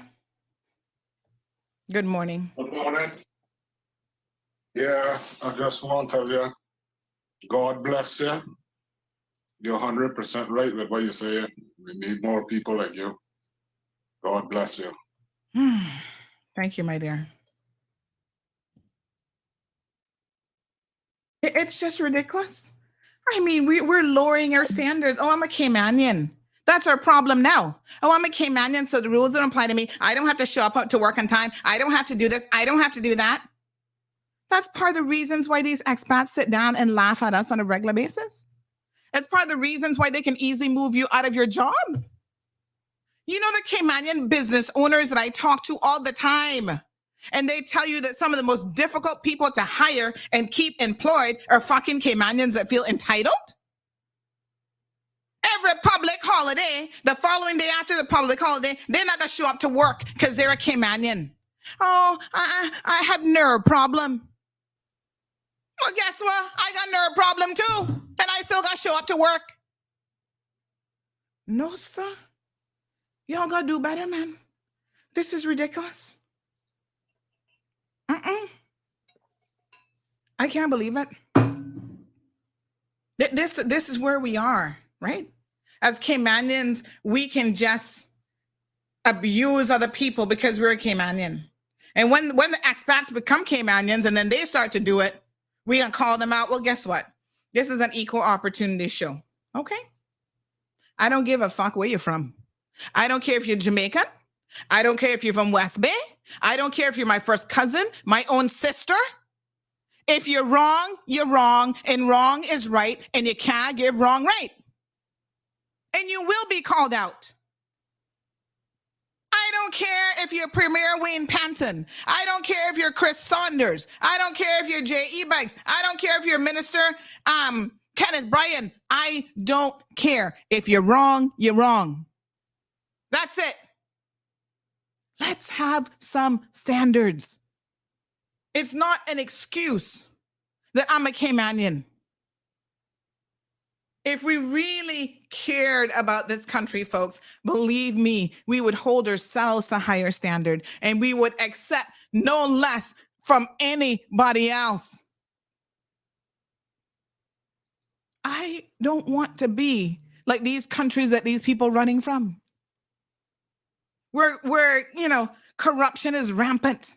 And this is the exact same way that it started. Let's turn a blind eye to what our people are doing. Huh? Politicians been crooking us from day one because it's been accepted. Everybody is in on it. Or just turn the other way. It don't make no difference. Come now. I can't sit back and read those types of comments and say nothing and tell you that that is okay.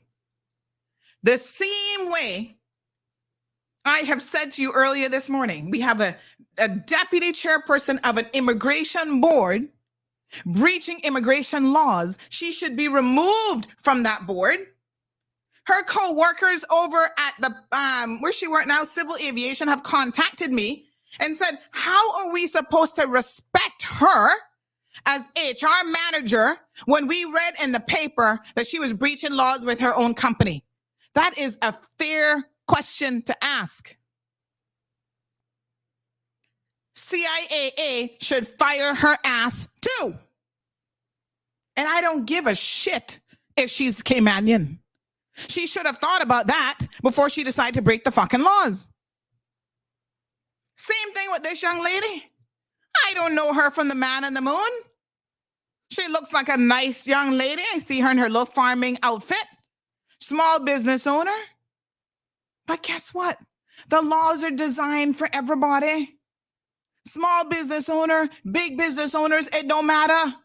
You don't get a pass because you're a small business owner to breach the laws of this country. If you can't handle it, then you don't get in business, none at all. See the man here showing you evidence that he's working? He got on a fucking Ruba shirt. He was definitely working. And not only was he working outside the terms of his work permit, see him working in the brother warehouse, he was doing more than farming. He should be paid. And I don't care who like it. Yeah, she was called out this morning. She's at work. She should have never allowed this man to work outside the term of his work permit. That is not what you do. When you do it, and then you turn around, don't pay the person for it. Now there's an argument how much you owe and this and that. Listen, make the labor board sort out that part of it. He said he's put in a complaint over there, make them sort that out. What I'm going to tell you is on national radio this morning, she just admitted to allowing this man to work outside the terms of his work permit. She has also gone on to say that he's not telling the complete truth. So she's admitting that a lot of what he's saying is the truth. I don't know what percentage she's going to cop up to. But girl, if that man hauls you in today, Sam Bulgen, who is head of the department that you work for, and fires you, you don't have nobody to blame but yourself. Who are you going to blame for that? You have a law degree and work in the legal department. Of all people who should understand the implications of breaking the laws of this fucking country, it should be you. Ignorance is no excuse, but you don't even have that as an excuse. What the hell is wrong with you people? Huh? You want to be a lawyer and already you breaking laws and you not get qualified yet? Are you people kidding me? Jesus Christ. Imagine when you become a lawyer. What then? What laws would you break then? Folks, I not got no time for the non-compliance. Okay? If you decide to get involved in certain types of activity, you better be prepared to just follow the law. It is so simple on the one hand. It really, really is. But we giving our own people excuses. Break the laws left, right, and center. But we want expats now to make sure that they follow the law. Wow. Talk about a double standard. We're going to go to hell in the handbasket real soon. I don't make any excuses for nobody. And I'm telling you all this already, right? You know the people that got upset with me? Well, one person, Shane McLaughlin, got upset with me. Oh, I can't believe that she called out her own sister. Why can't you believe it? Huh? Because what was said wasn't the truth? She had an opportunity to respond. And you heard what her response was? The same kind of foolishness I'm reading in the comments this morning. Oh, talk to her off air. She'll give me the story when she's ready. That's not how it works, dear sister. The woman lodged a complaint against you. The police were investigating it. You're alleged to have stabbed a woman in the streets of Georgetown, and we not gonna cover the story just because you my fucking sister? Well, I know well. You and I not really cut from the same cloth, I can tell you that. I don't know where it went wrong in the genes, but it not there. Because you should have known better than to even ask me to hold off and wait. Hold off and wait for what? The truth don't need to be held off and wait. You had an opportunity to tell your side of the story. But you see, somebody said, where's the kaboom button? But you see, this is the foolishness. Kaboom! This is the foolishness that we are putting up with. Yeah? Which husband bullying workers? That's my sister or somebody else? This is the foolishness that we are putting up with, right? From our own family members. That's why criminals are running rampant all over this country. The majority of who are Caymanians, yes? Robbing small business owners where they got pull up machetes on them and threaten to chop them up. Y'all know who these little hooligans are. But because, oh, they're my niece, they're my nephew. You see, I'm bringing all the drugs to your house, the money to your house, stolen goods, everything. And we as Caymanians sit back and do nothing because, oh, they're family. I know well, it wouldn't be me. Y'all need to stand up and put a stop to the foolishness. And I don't care who it is. You know your children doing wrong, call the fucking police on them. Right? Y'all too shame. You know what is shameful? It's shameful when y'all sit back and allow the whole country to be ruined by druggies and criminals. 5%, 10% of the people in this country are the ones who are engaging in this kind of behavior and ruining it for everybody. And a lot of you sitting back going, well, they're Caymanian. I don't give a shit if they're Caymanian or not. Make myself very, very clear. Rough Seas says, was he doing the extra work for Rubus or the girl? Rubus ain't got nothing to do with this. They must have asked him, his brother, to set up for them. I don't know exactly what contract his brother has with Rubus, but I can tell you Rubus ain't got nothing to do with this. He said he was working for the brother doing this promotions thing. So the brother must have some kind of, I don't know, promotion business or whatever. So the brother said, oh, come, you must come and work for me with the day, blah, blah, blah. The man has provided his evidence. You can't refute the pictures. He's wearing a damn Rubus shirt. No, sir. Do better. Have some standards. You know, you can't go around talking about you have high standards for everybody but yourself, everybody but your own family, everybody but your own countrymen. That don't make no sense.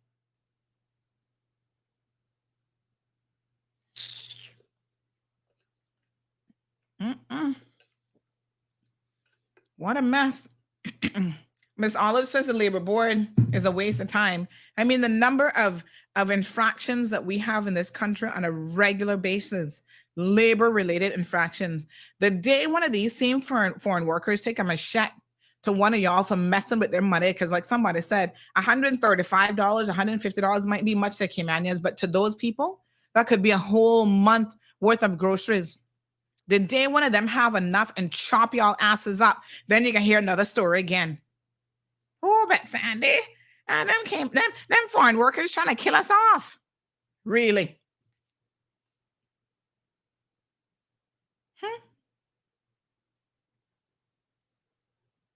Scott says, I would suspect that most work permit holders, regardless of job category, are working to some degree outside the remit of their permit when they hold your livelihood over your head and can upend your life on a whim. You do what you're told. These people feel like slaves here. And that's not right. We can't justify, oh, well, Caymanians can't get a job and they can't do this and they can't do that. And in workplaces, we can't justify because some people are mistreating us that we must turn around and mistreat other people. That's a very low ball way of doing things. That's a low standard. Yeah? You have to clean up the whole cesspool for everybody. The foreign workers as well as the Caymanians.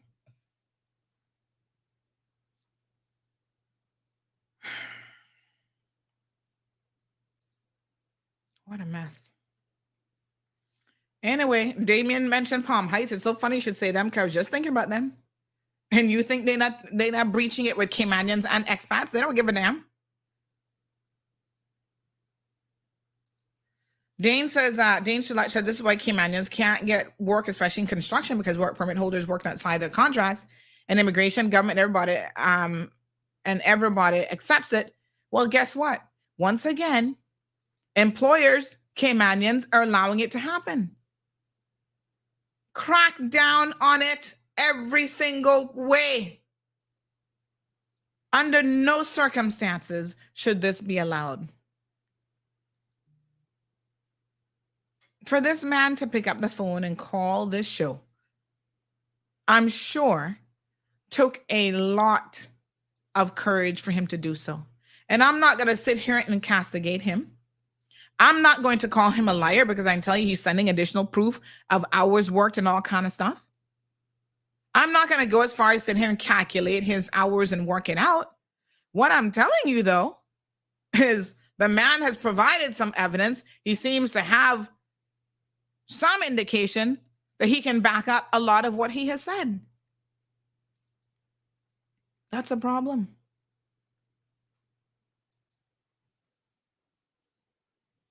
Why would Rubus pick up some of the lashing here? If Rubus outcontracts or contracts something to a third party, so they hire people, Caymanian companies, by the way, to set up an event for them and to run certain aspects of the event. You think Rubus has time to micromanage who those people are hiring and whether or not they're compliant with the law? Our government not even doing it. Our government hiring Caymanian contracting companies who not following the law and not paying their workers either. What I would now suggest, Rough Seas, since we want to talk about Rubus, is now that Rubus knows that this Caymanian has breached work permit laws, they never use him again. How about that? That is where Rubus can now be held accountable. Because now you're aware.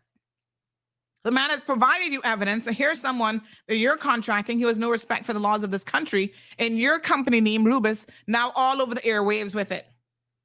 So if I were Rubus, whoever the hell the brother is, I would say, oh no, you're not gonna put us in this hot mess of a situation again. And you see now how Caymanians are screwing themselves out of opportunities? You see the problem? Yeah? And then y'all gonna say, oh, well, okay, these companies don't want to help Caymanian businesses. Well, look at that. When they do, Caymanian businesses aren't following the law, and now got Rubus' name all over the streets of the Cayman Islands. And Scott says, which Rubus? It doesn't matter. This was a Rubus promotion which covered all of the gas station. This was a giveaway that covered all of them. I'm sure Rubus headquarters would have been the one who engaged and hired. Let's go back to the evidence that the man has provided. See here? They're all listed. All 9 locations, actually 10 locations in Cayman listed. So this was the pure summer promotion. See it there? It was an overall promotion that they did this pure summer draw schedule. The man wouldn't have this kind of evidence if what he's saying is not true. So he can be this meticulous and provide this sort of evidence. Photos of him. Here he is in a live stream in the background. He can provide all of that evidence, but yet sit down and lie about the hours that he's owed? I kind of don't think so. I mean, I'm likely to believe him this morning. I'm just saying. Morning, Miss Anita.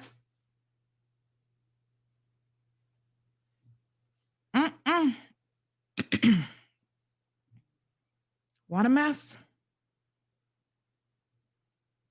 Well, I'll tell you what, folks. Siobhan said, like I said, the math ain't mathing. It's unbelievable. We're ruining our own country, but want to sit down and blame expats for everything. Y'all better get your shit together. That's all I can tell you. Anyway, I got to get to work now. Because there are those of us, once again, that wake up every single day. And we service our clients. We do what we're supposed to do. You know, it can't be that difficult. It really and truly cannot be that difficult for our people to follow the laws. We have no room to talk about anybody else when we're not doing it. When we have high-ranking people sitting on boards, sitting in the legal department, all this kind of stuff, and they're not doing it. What do you think about the poor little person down Windsor Park who don't have a law degree? They don't have a master's degree in business. They don't understand. They're like, oh, I'm confused by all these laws. All these educated people with good government jobs, working CIA, working in the legal department. I gave you two examples this morning. They're the ones who have the audacity to breach the law. They get zero sympathy from me. Zero sympathy from me. I don't care. If they're Caymanian. See what this one say? We have one here at the Cayman Turtle Center doing the same thing. She have 2 business licenses in her kids' names. One is a salon and the other one is a construction company. And they put in work permits for people and don't have a hive for them and turn around and change them weekly, charge them a weekly fee. They give her name. She works in retail. Send through your evidence, honey child. Because we got to start calling them all out. Right? All this should be reported to immigration. They need to crack down on every single one of you.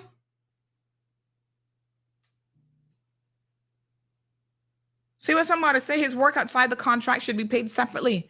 That don't get covered, right? What she's saying is the $6 an hour that she's paying him. Y'all better try, you're talking about you got a law degree, you better try and restudy that employment law course that you probably took and get up to par with it. I make no apologies, folks, for telling the truth and for saying that we must hold ourselves accountable first and foremost. If you don't like it, then you know what to do. Yeah, Siobhan, we've been meaning to put up a session for these people under consumer protection on the page because they need to be exposed. And every single time you Google their name, you need to be able to find them online. This is why the wrong people keep getting opportunities, huh? And they feel like they're untouchable as Caymanians. All right, folks, I got work to do. I got bills to pay. I got to go now and pay 2 bills. Ms. Denise, I believe I owe you some money because that transaction didn't go through because RBC trying to be special with how their account numbers work. And I got Mr. Kevin. I need to pay him a bill. Yeah. So we get up every day. We work hard. We pay our bills. We do right by people. These are other Caymanian businesses that I try to support where I can. Right? They deliver a service. I got to make sure now that I can pay the bill and pay them and just keep it moving. It is what it is. I ain't got nothing more to say on that note. Y'all have a good day. What is today? Tuesday. So we'll see y'all tomorrow, God's willing, for the Wednesday show. Please have a blessed day. Y'all just be good and follow the law. It's not really that hard, you know. All right, honey child, honey children. Final word, Rusty says, what about when they have special events like New Year's and whatever? I see a lot of bartenders go from bar to bar. Well, you know, you need to look at their work permit because if the work permit only allows them to work at one establishment, then that's a problem. Mind you, some people, the parent company has the work permit to be very, very clear. And if a company owns 4 or 5 bars, you have to look at the work permit to see what the permit permits them to do. Strong Wilt said, I better pay my bills. That's right, honey child. I don't want to end up on Mall Road like some of y'all. Have a good and blessed day, good people. Talk to you later. Thank you for tuning in to another episode of The Cold Hard Truth on Bobo 89.1 FM. Cayman's #1 talk show is live weekdays from 7:30 a.m. Never miss an episode again. Watch anytime on CMR's Facebook and YouTube channels for the latest show episodes. Don't forget to follow us online on our social media channels and visit CaymanMarlRoad.com for all the latest news and community happenings.